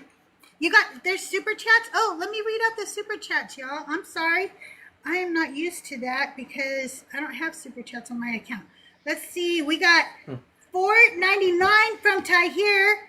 Ignorant, pathetic bigots live sad lives. You're beautiful and amazing, Crystal. Love you. Thank you, Tahir. I love you too. And then we have another $4.99 from Tahir, and she said, "Can you talk about how your confidence and courage levels have grown since deconstruction? Keep up the good work." That's from Farscape Forever. My confidence levels, well, there's definitely a lot of um it's sort of like a slingshot. Or I don't know if I would say slingshot because that's you go down to then go back up, but it's not Yeah. as quick as a slingshot. A slingshot you pull back and then you let it go and it just whizzes. Mine's more like a go backwards and keep going backwards and keep going backwards because I'm going through an existential crisis, lost my faith, to like a slow, pathetic, whimpering crawl forward, all by myself until finally. I think that starting making content and being validated has helped, and that has made me a lot more confident in things that I say. Watching other people's content has helped me validation is what I needed, because here I am feeling like I suck, I'm worthless, I'm stupid, I don't get it, and there's other people that feel the same way as me, and they can say it they can articulate the way that I feel in a way that I can't. And when they say it out loud, I'm like, yes, that's how I feel. And I Yeah. didn't know how to say it before. And now that I can put more of what I feel into words, that helps a lot. So I started to get up from the crawling and started taking some strides. towards my mental health, and I still have challenges. I told you at the beginning of the call I was depressed yesterday. I'm feeling overwhelmed lately with all the stuff I got going on, but um, it does get better, and it has gotten better for me. I am way more confident in what I do and say online because the more I talk about it, the more it solidifies what I think. And if I change my mind about something or if I'm corrected, I will. It's not like I will go back on myself. I posted a video and I said something that was misinformation about evolution, and somebody pointed it out, and I took the video down. Like I'm not above correcting myself. Right. So yeah, Right. like I want to make sure that I've I made mistakes. yeah, because I am aware that I do that. I'm self-aware that I have integrity in the things that I say and the things that I believe. They have to be justified. I have to have reasons, not just a conclusion, and then look for the reasons like I did before. It makes me confident in what I believe because I don't have anything to lose. If I'm wrong, somebody will point that out to me, and I have the intellectual integrity to be like, whoa, you're right, there is a God. And that hasn't happened yet. Right. Hmm. Right. And Yeah, what they I will say sometime. Oh, I'm sorry, Granny. You go ahead. I was gonna say what I hear you saying is kind of similar to what I've gone through. Is that freedom to be wrong? Yeah. Does that make sense? Yeah, there's too much on the Yes. line when Oh, you're a Christian. Being yes. wrong as a Christian is an existentially dreadful thing to consider. Don't Right. consider the fact that you're wrong. As a Christian, it's Exactly. scary. Yeah. You can forgive. You can decide not to forgive. You can be wrong. And you know what else you can do? You can lie because it's the right thing to do and not feel guilty like you're confused because you don't know whether which should I have lied or should I told the truth. Yeah. That was a horrible thing for me because I believe in truth, but I believe very clearly there are times where I can lie and it would be better for everybody involved. It would be the right thing to do. I've told this story before, but there was this woman who was taking care of her mother with dementia. And every day her mother would ask where her husband was, and every day her daughter would have to tell her that her husband had passed away. And every day her mother would mourn the loss of her husband again. And then one day it dawned on her, I don't have to tell her the truth. I don't have to put her through this every single day. And myself, because I'm watching my own mother mourn the loss of my dad, and it was killing her too. So she was like, I'm not going to do it anymore. And then when her mom would ask, she would say, remember Pops just ran to the store to get some milk? Or remember Pop said he was going to go outside and change oil. He'll be back. And, her mom wouldn't ask again, and all was good. So, yeah, Oh my there's god. so much freedom knowing that I can make those decisions and I'm not sinning against God. Right. And Wow.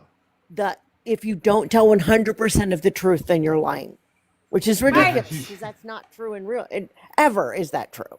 That Yeah, never is. I Right.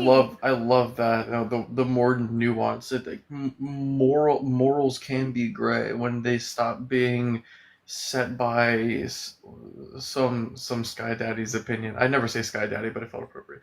When it's not his opinion, and it is up to your own interpretation. It literally can be it's just whatever you think is right. When you say that something is good, you're just saying you approve of it. And Right. if I was thinking about this today, if you ask a Christian without invoking God, without them thinking that you're asking a question about their theology, you say, why do you think like this is a good thing to do?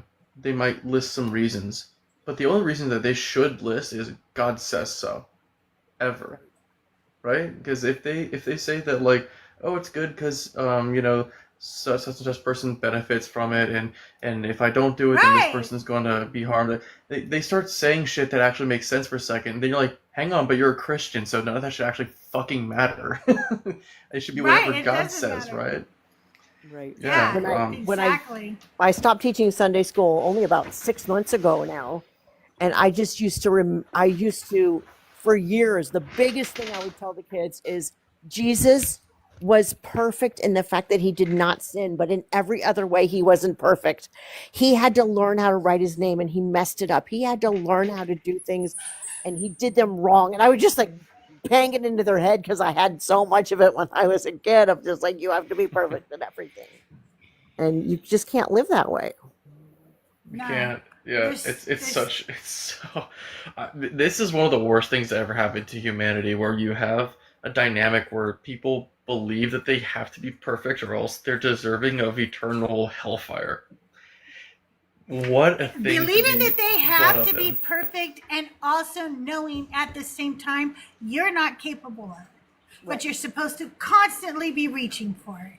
And Insane. It's it's insanity. just, Like it does, it and the thing is. is, the fact that it doesn't make sense to us should tell you that it's ridiculous. But whenever I bring that up, it doesn't make sense to me. Oh, it doesn't make sense to you, but it makes sense to God. God's ways are higher. God, it's like he should make rational sense to us, right? If he wants a relationship with us, his nature should at least make sense. We should be able to resonate with it. When I ask you, the believer, how can this possibly make sense? And you still have to just appeal to his ways are higher. That means you don't even understand it. So what's the justification? Yeah, Yeah. absolutely. Absolutely. Do you feel that sometimes it's more about what you shouldn't do instead of teaching you the right way to do things? Yeah, exactly. Yeah, I completely agree with that. It's all just a rule, and that's what makes it black and white. Mhm. Very black and white. If there's somebody who's listening tonight or who plays this back later and listens to this conversation and they are in the beginning stages of their deconstruction, what is something you would like them to know? Um, so it is understandably scary. I always tell people, like I said earlier, you have to wager your faith to come to the truth.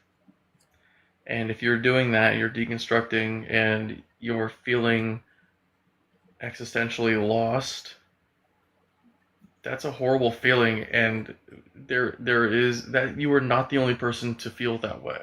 It feels lonely, but you are far from the only person.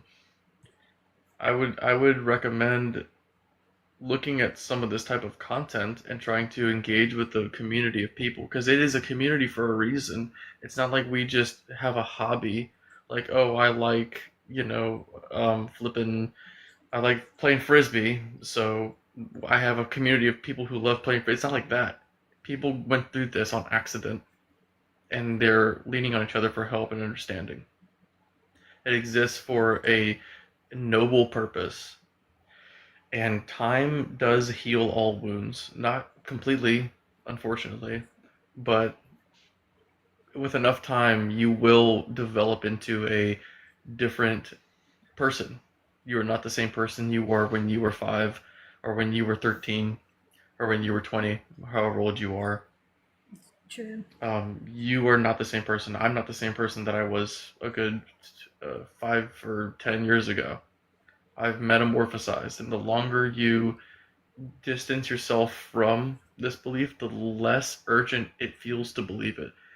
The hellfire, the fear of hell thing, that is what gets a lot of people, gives them a lot of anxiety, or just missing out on experiencing, like facing your mortality for the first time, not thinking like you're as a Christian, you believe you're going to paradise forever and ever, never, never, never. You know you're not going to go to like hell, but either way, you're safe from the dread of the what's it, the looming non-experience that's to come, the inevitable non-experience. Thinking about that over a long period of time and not expecting the afterlife is what's going to make it so much easier to let go of it gradually. And if the mortality thing is the big point of contention, I think you have an entire lifetime to gradually accept your mortality, like you should have been doing from a young age, instead of thinking you're immortal and crashing down into now I have to face it for the first time as an adult. That was me anyway. You can still not like the fact that you're mortal throughout your life. You're not meant to want to expire, right, until it's time. Right. If you are accepting completely of your mortality, you would be indifferent to whether or not you live. That's true. That's Uh, very true. Crystal, can you read the comment about confidence there? That was really good. In the TikTok, Yeah, it says I IDK. don't know about confidence, but I made considerably less self-destructive choices after deconstruction. Yep, that's true too.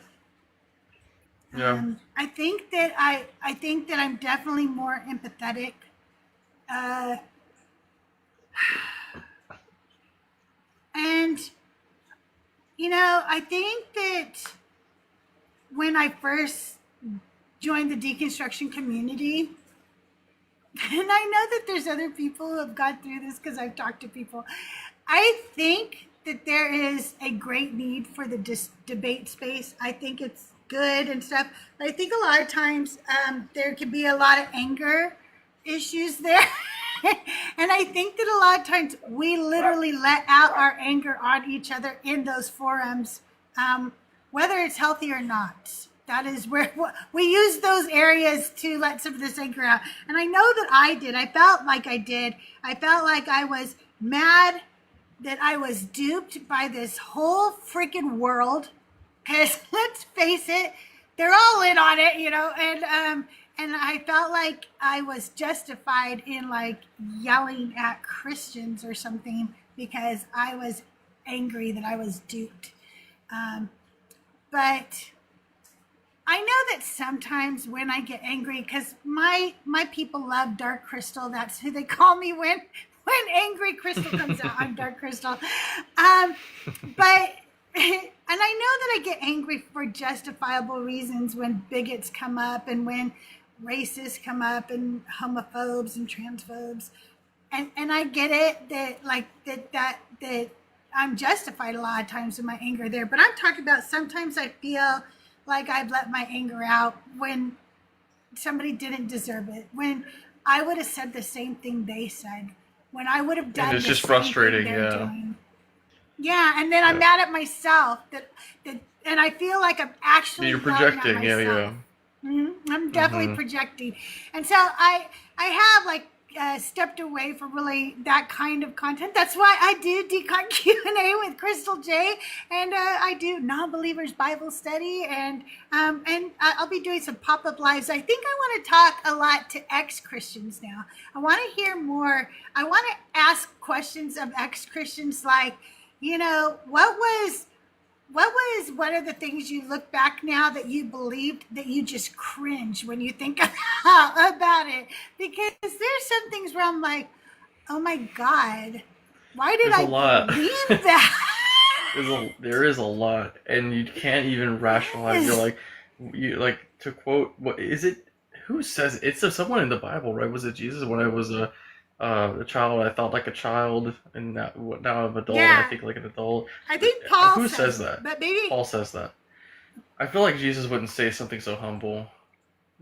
Yeah, I think Paul said it actually, and then I put away childish ways or some shit like that, right? Yeah. Yeah. And I'm like, that's how you have to, like. I used to be that way, and I'm not that way anymore. That's a different guy entirely. Then you really are. You're like a ship of Theseus. It's for me. Anuka, I always thought I was not a judgmental person at all, and now I'm like, oh my God, I was so judgmental. my God, was I judgmental? Yep. So judgmental. And you I know had you're God on my judgmental side. when things fire you up for arbitrary reasons. Yes.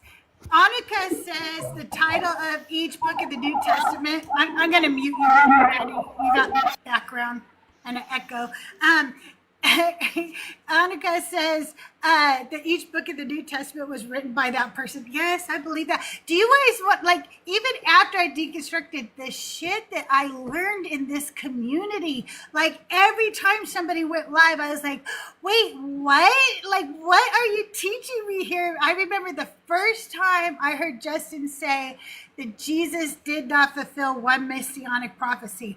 I was like, what are you talking about? Certainly he did. That's why we all believed in him in the first place, right? And then he had his cheat sheet and you could go through it yourself. And I went through it and I was like, oh my God, not one single thing that's an actual messianic prophecy did he fulfill. We I need to inserted get the him a cheat lot of sheet places. already. Yeah, for sure. For sure. It's really good. Like, I want to go back and get it and then put tabs in my Bible everywhere so I can just pull shit up when I need to. Yeah, like you're referencing this one. The yellow tab is where I'm supposed to turn to show you where you're wrong. Yes. I don't have it memorized, but Yes. it's in here, so. Exactly. Oh, you want me to show you where Jesus was a liar? Hang on. Those are pink tabs. Let me look. Oh, here we go.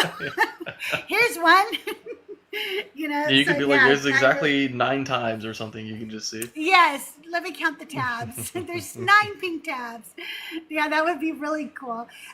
Does anybody else have any other questions for Lobes? If you guys are in the chat, you have a question for Lobes, you can write it in the chat. I'll be happy to read it out.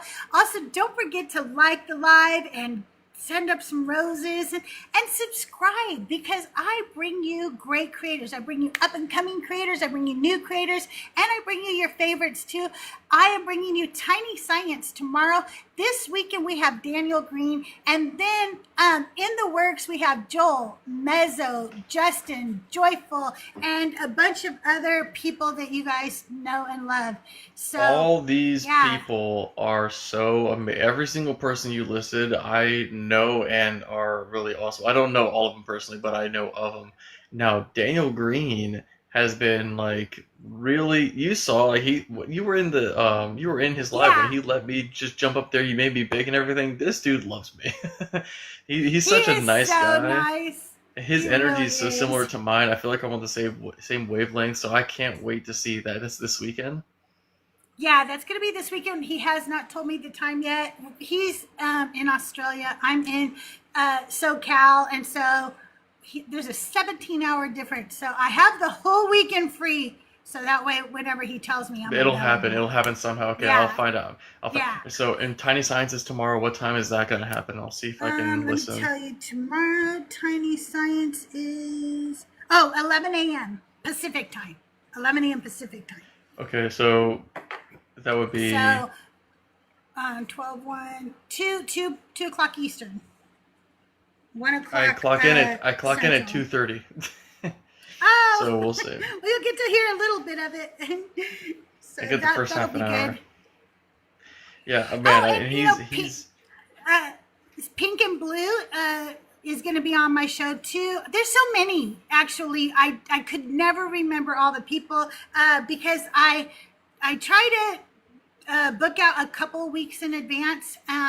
And not more than a month in advance. And then sometimes if I have some of the larger creators, they have to tell me like when they'll get back to me or whatever. So they'll go like, can you like plan on that week? And so I kind of don't book that week until I hear back from them on when they want to do their show. right. So It's really cool too Yeah. because every person that you've listed, I've heard their name before, which is it's really cool. It's like trivia on this one creator that everybody kind of knows, or this creator that like some people know but Yeah. other people should, and it's like it's all encompassing because you see how And everybody's sort of connected.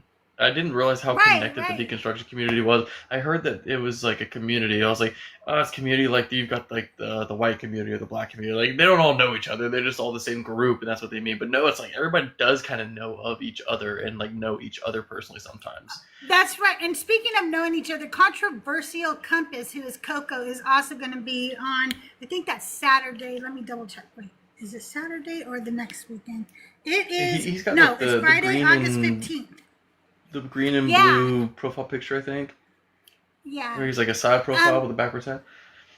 Yeah, and Is that he him? does Yeah. he does debates now with a lot of the Day creators. of Debates. Yeah, exactly. Yeah, I saw Joyful do his recently. It was his first formal debate. Who was that Yeah, against? he did great. Trust He over Tea, won. Truth over Tea. Yeah, yeah, he won. That was great. Oh, also, as long as we're like advertising other stuff that's going on, Yes. Joyful Apostate JA Debates. He just started his new show this month in Spencer, Radio Spencer. You should follow him. He was the first co-host. Tiny Science will be the 11th, and I remember him because he's significant to me because I vibe with him, fuck with that guy. And Yeah. then I'll be on the 14th. I'll be co-hosting on the 14th That's on the show. awesome. Yeah, Joyful has a lot of big names coming up too. Joel's going to be on his show too. One night, Benny and Volsey are going to take over his channel for the night because Joyful can't be there. And he's doing wonderful things, kind of more like The Line, but bringing it to TikTok for you guys. So make sure you're following. If you're following me, you're following Joyful Apostate because that's kind of where I started, was on his live as his co-host. But yeah, so Controversial Compass will be here on Friday the 15th at 4 p.m. And then I have many others in the works. But it's what's been the most amazing thing is how many people just say yes to me and do my show. And it's so sweet because I'm like, I'm very little. Like hardly anybody watches this, but it's a fun show. And most of them have told me that actually the reason they do it is they like the format and it makes them comfortable. And that makes me happy because I think it's a cool format. I didn't really know what to expect. I wish I had watched Dr. Blitz's thing. I'm so mad at myself for like missing that. But I didn't know that it was a let's all interview Lobes thing. I was like, oh man, okay, so this is all about me. So that's kind of cool. It's on my birthday. Yeah, I had no idea what to expect. I thought maybe you and I were gonna like do a Q and A, like, so what's it like? Like the audience was gonna come and ask us questions or something. I had no idea what to expect, but it is really cool because it's helping. It's helping people. Yeah, it's helping me. It's helping me at least to think about some of the stuff that I haven't thought about in a while, or think about things in a different way. Because like you were talking about earlier, like the who was it? It was, I think it might have been Grandy or whatever her name is. Grandazana. Yeah, Granda. They asked like the relationship thing with people in your family, and I remember that I didn't even have a negative experience, but it's still like maybe emotional, like thinking about it and talking about it, because I feel like I need to. Like, I feel like I need to talk to them about it. You know? Yeah, and for it's sure. like the way that they feel about it is different than what I think about it, and I haven't thought the way that they think about it in such a long time. So I've sort of become numb to their feelings about it, so to speak, or like that way of thinking. I don't think like that at all anymore. And when I think back to why I originally decided I wasn't going to tell them, it put me in this place of this would be like earth shattering to hear me utter to them, and it like makes me it makes me really get in my feels, so to speak. Yeah. Makes me think. Yeah. Makes me really think. Yeah. I know that when my son came to me, I was still a Christian, and he told me that he was no longer a Christian. I said all the things, and I thought all the things. You're going to hell. I'll never see you again. This is like the worst thing. Wait, you think I talked to an imaginary person? That was the one that I really got hung up on because I love my kids so much. And they're very smart. And so I trust them implicitly. When you deconstructed, was that the first person you spoke to? I imagine it would be. If I was talking all this smack as like a Christian parent, being like, you're going to hell and I can't, and then I deconstruct, that's gonna be the first person I tell, like you, my own offspring, like the student has become the master kind of thing. Like I humble myself before you, and I'm excited to tell you that I also no longer believe. I would be ecstatic to tell them. You know, it would be so cathartic. I can't remember, like, there wasn't like a talk where I just went like, I'm an atheist or whatever, because we are so close, like my kids and I and my husband, my daughter-in-law, my son-in-law, and my future son-in-law, we're all really close. And we have a family group chat. We talk in it every day. We talk about the dumbest shit and the most important shit and stuff. So I think I just kind of was deconstructing out loud. So they were just a part of the process, just listening to me Okay. as I deconstructed, you know? So they just were a part of the process, really. But when he came to me, like, you know, I was just like, oh man, you think I talked to my imaginary friend? So it definitely made me think. It made me think, how could somebody, there was many things leading up to this. Like I said, this was just one of many things.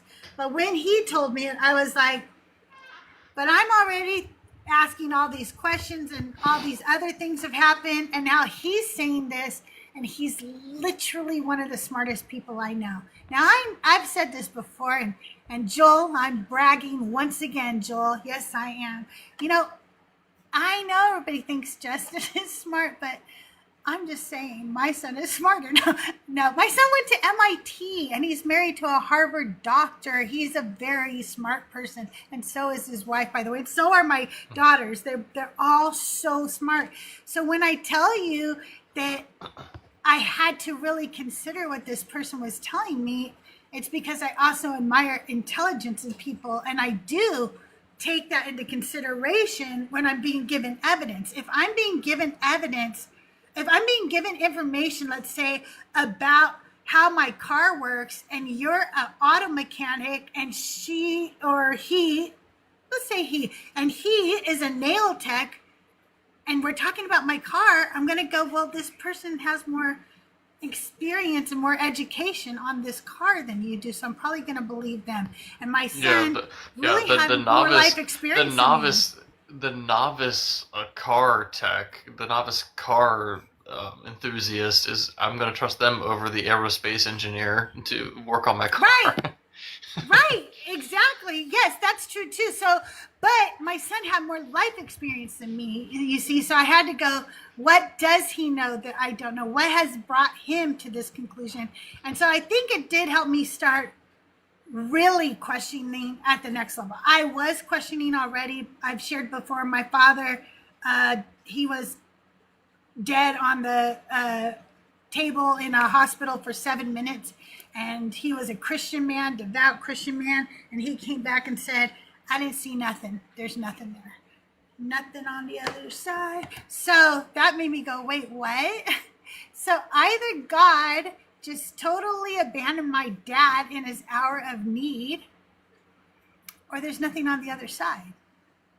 And so that was one of the questions too, where I was just like, and I trust my dad. My dad's not a liar. He would not come back and lie to me about what happens when you know, flatline on the table. Now, I know he wasn't dead all the way. I understand what an NDE is, but what I'm saying is other people always said they saw a light. They saw something, right?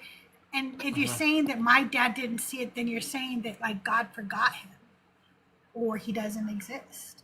Those, like, you know what I mean? It calls it just raises more questions. Like what is the purpose of these NDEs? Why does God decide to give some people NDEs and not others? Why does he choose to show up as a different God to somebody else? Why does he choose to show up as the devil for someone else? Why does he choose to show up as like grandma or your first girlfriend, or to some people? Like, why does he do that? You know, because it's not always religious. It's not always. No, it's not always your religion. It's not always. But you know, it's never Jesus for people who have never heard of Jesus either. Right. It's not. And the thing is that we often talk about how people have different NDEs, and they see the gods of their where they were brought up geographically, what have you, or whatever. But rarely people will say, some people see nothing. There was nothing. And Justin has unalived 3 times and he saw nothing, and my father unalived and he saw nothing. And I think people need to know that sometimes you just see nothing, you know. I didn't know that he That's had just a life 3 real thing. times. Yeah, he has some heart condition or something when he was born or something. I can't remember, but if you watch my episode of Decon Q and A with CrystalJae on my playlist with Justin, he tells you the story. I just don't remember right now. He also has a twin brother, and I mean identical twin brother. Wow. I think I did hear him say one time that he was a twin.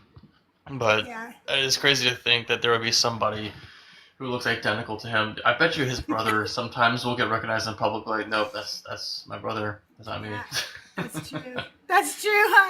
Well, you guys, it is time for our favorite time of the night. If you are friendly and you want to come up, the guest box is open.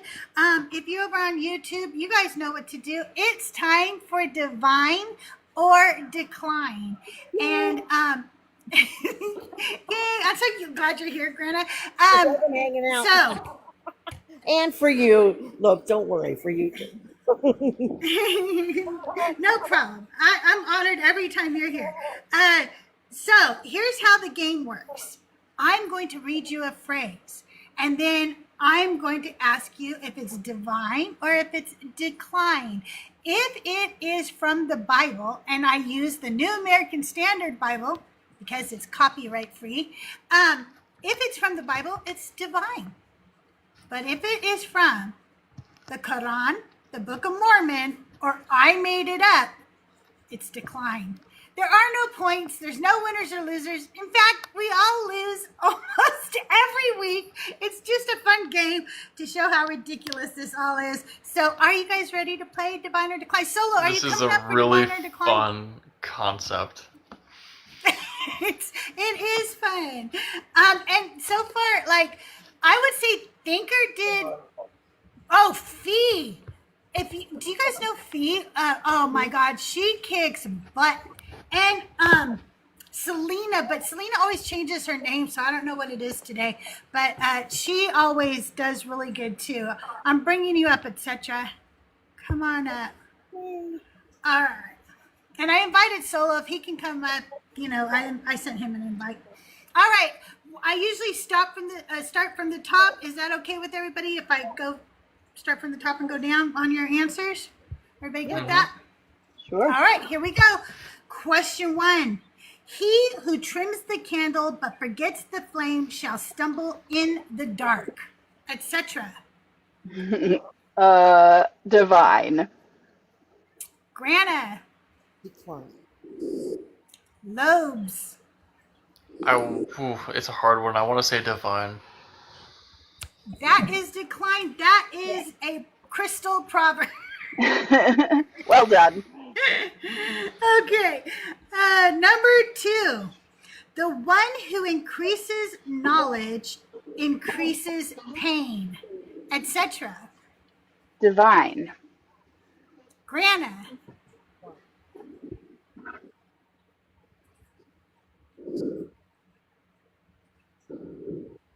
Grana, are you there? Oh, sorry. Did you not hear me? I said divine.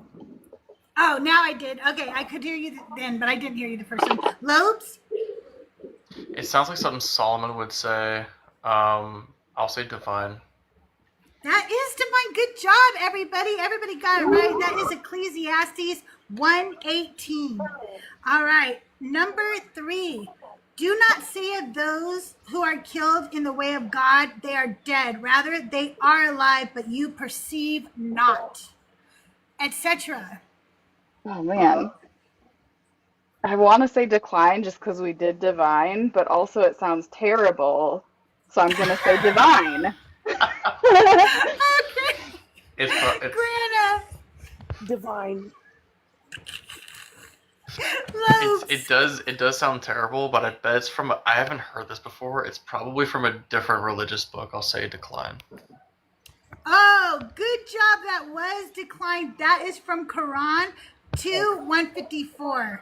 So that was good. Okay. Good call. Better a meal of bitter herbs than. I'm sorry. Let me talk. Let me try again because I can't talk.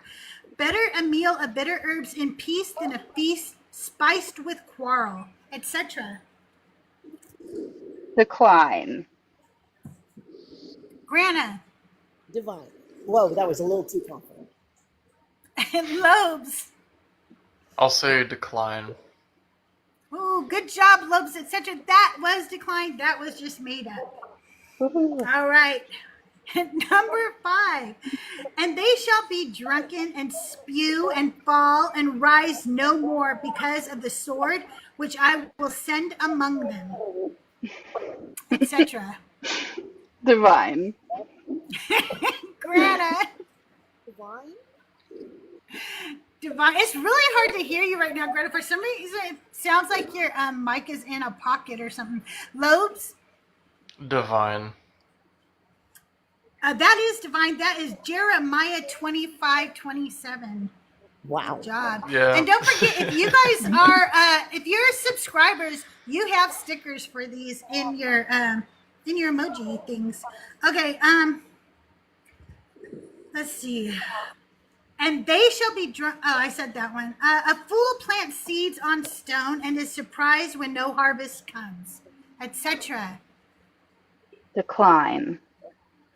Grana. Decline. Lobes. Decline. You are correct, everybody. That was decline. I made that shit up. It's Okay. really close. It's really close to something that's divine too, so it almost happened. Yeah. I know. I like to be tricky like that. One time we were reading in the Bible, the non-believers Bible study, and they kept calling the Israelites stiff-necked people. So I did a whole fake verse about stiff-necked people just to make everybody on the panel say it was divine. And then when they all said it was like divine, that it was just wonderful to tell them I made it. It was a That trap. makes you seem really what's the word I'm looking for? Like not literate, but what's it like studious? or conniving. I think that was the word. Conniving. It was premeditated. Yeah, it was a little premeditated, to say the least. Okay, and it came to pass that the people did harden their hearts, yea, even unto the consuming of their own wisdom, etc. Decline. Grana. Decline. Lobes. The yay makes me want to say divine. Ooh, okay. Why did you guys say decline? Was it the yay? I Grana? I think God would be the one hardening their hearts. Okay, well, it was declined because that's from the Book of Mormon. And a lot of times when I use those words in one of their verses, people get it right away because they're like, no, only the Book of Mormon does that. She's using New American Standard for the Bible, so that, and they always figure it out when I say yay and thee and stuff like that. Okay, a whisperer separates. Yeah, people are figuring out that if I say jugular, it's the Quran. If I say white as snow, anything, it's almost always Book of Mormon. That's gotta be Mormon, right? Yep. Yeah, gotta be white. Okay.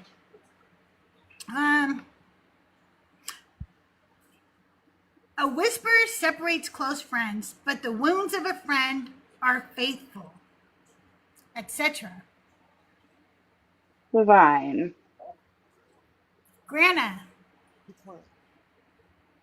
Lobes. Decline. That is divine. That's Proverbs 16:28. Ooh. Okay. Number 9, y'all. The mountain bows not to the wind, but the proud man bends to his own folly, etc. Decline. Grana.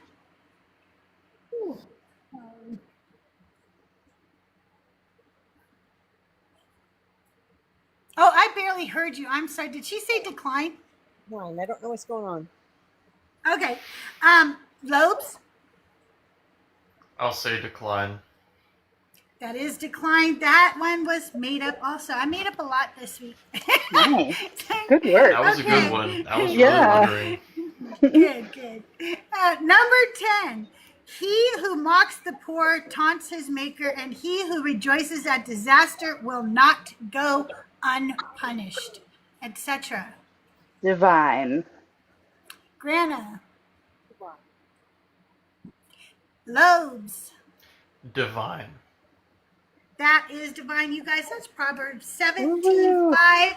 And that is tonight's game of Divine or Decline. Thank you guys for playing with.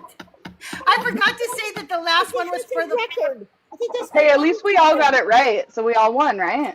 Grana. How many did you get, Grana? 7. 7. Good Ooh, job. nice. That is really good. That's really good. Lobes, when will you be live again? Well, I usually I go live tonight. So I instead of doing Lobes Lounge, I'm doing this. So if this ends soon, I'll just jump on there like right after this. Okay, we're gonna end right now. So I know there's only 10 of us in here, but why don't you go ahead, go set up. I want to have you back. I usually have people every few months or so. So hopefully you'll come back and the next time Justin won't be live with Matt Dillahunty. Okay? Yeah, that's a insane. I pretty didn't big know that one. was happening. That's wild. Yeah. And also Joel being live over here. So that was a lot. Yeah, But there was we a packed did good. schedule tonight. Yeah, it really was. So we'll do this again in a few months, and maybe I'll come by and see you on your show sometime. But thank you so much for being here. We'll come over and raid you. So you go set up. We'll give you a few minutes, and then we'll come raid you, okay? All right, sounds good. I'll see you soon. All right, see you soon. Thank you, guys. Big W for Lobes. You guys, make sure you're following him. Grana, what do you got up your sleeve? What are you doing? I'm thinking of, I now can go live if I want to. So I'm thinking of doing Ooh, something. Want to hear my you idea? should. I don't know why, but I can't hear you very well. You go like in and out. Are you? Let me go out. It's such a. Okay, go out and come back in.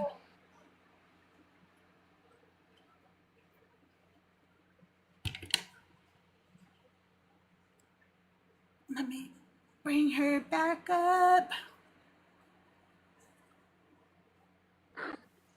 Okay, is that any better? Way That is better. better.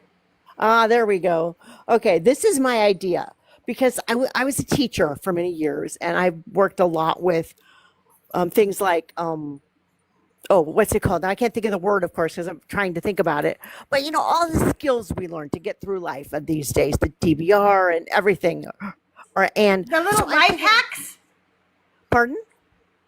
Life hacks? Is that what you're talking Yes, about? I'm thinking of doing Because you're that. good at life hacks. I'm thinking of doing that, but talk about like what are the life hacks? Start off with what are the life hacks you need when you're deconstructing. Yes. You know what, like when you do have family members who reject you because of it, what are some life hacks that we have that we can get through with that? What about just day to day, the normal things? Something goes wrong, you're used to praying about it. What can we do instead of praying? How can we find healthy ways to deal with our emotions and stuff that don't have anything to do with God in the Bible? Right. I love I that. like that. Hey, you guys, before I forget, I want to say something. If you guys know the algorithm, we call him Algo.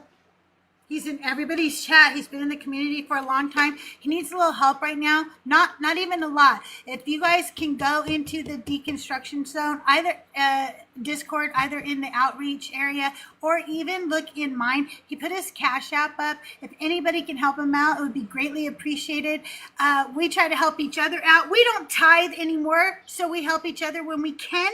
But please, by no means, don't ever think that I'm pressuring you. If you are in need right now, don't give if you can't give. Only give if you can. Only give what you're comfortable with giving. But he just needs a little bit of help right now, and I want to say something because he's a great guy and he's been in the community for a really long time. He's a mod for many of your favorite creators. So if you can help him out, check that out in the outreach or in my channel on the Discord. He gave me his Cash App, but I don't understand. So I'm going to tell you guys what it is. Maybe you'll understand. He wrote #algorithm, but then he put a space 71, and I didn't know you could have spaces in your Cash App. So just make sure it's right, because I don't know for sure, and that's why I didn't put it up yet or anything. I wasn't sure. So anyway, that's what he gave me, algorithm space 71, but you can check it out on the Discord too. Okay. Is Lobes ready? Does anybody know? Can anybody check for us to see if Lobes is ready? I might actually be able to do it. I'm going to stop streaming over on my YouTube if I am, and I'll go check and see if he is. I don't see him yet, unless I Okay. don't recognize his. Sometimes people use a different picture, but I don't see him. Yeah. Yeah, he was Also, on his other account for this, so I don't know which account he's going on to. Oh, I didn't know he had another account. Did he get like a banana on one of them or something? I follow so many accounts now. I can't even tell sometimes when people are on I know, because they right? Oh, I didn't realize. And to be honest with you, then it's really not that bad that like we had just such a small audience, because if a person uses their backup, I'm already up against, hey Ben, how are you? I'm already up against Matt Dillahunty and Justin and Joel and Yeah, that's Mezzo. You wild. know, that's a lot to be up against. So yeah, I didn't know he was on his backup, but I never do because they all use the same names and stuff. So. He might have had to be for some weird reason. Yeah, exactly. That happened to Dark Knight. That happened to Zena May. It's happened to so many people when I've had him on the show. That's wild. He's got Matt Dillahunty, because I think I deconstructed kind of a long time ago, and he was probably the first like atheist creator that I watched. I found him on YouTube, and it He was was nice. literally one of the first. Somebody put like little videos of his up on TikTok. Oh, So cool. that's how I found him. It was like, it wasn't his page, obviously. It was people like, you know, clipping him and stuff and then putting it on YouTube, Yeah. on TikTok. And I was like, oh, Oh, wait a minute. That makes sense. yeah. What? Yeah. What?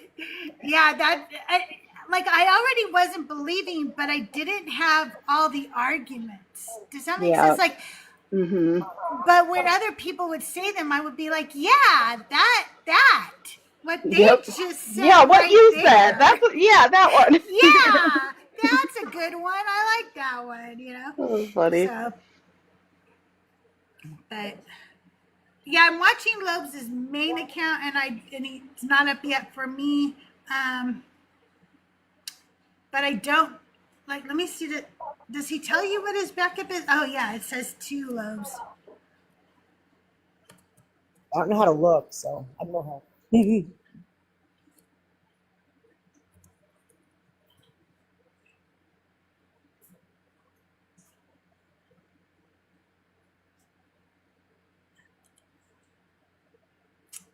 That's not it. Oh, that's it though. But he's not live on that one either. All right, we'll give him a little bit of time. Thank you, Finn. Thank you so much. I appreciate you. Oh, etc. I'm sorry. I didn't see you drop down. How are you doing, Crystal? Did your little siesta help? Yeah, it did. It was really nice to see my granddaughter and spend time with my daughter-in-law, my son. We were very busy the whole time. Like I was mostly just the babysitter, like while all the other adults were running around doing stuff. But I mean, that was fun to do. Don't get me wrong. Or you had to hang out with your grandbaby. Yeah. She got hand, foot, and mouth disease right when we got there. And then her mama is pregnant with her little brother, and mama got hand, foot, and mouth disease. So they were both sick. Oh, that's horrible when you're pregnant. I can't imagine. Yeah. Oh. Well, listen, I'm going to tell you what, I can't hang out much longer, but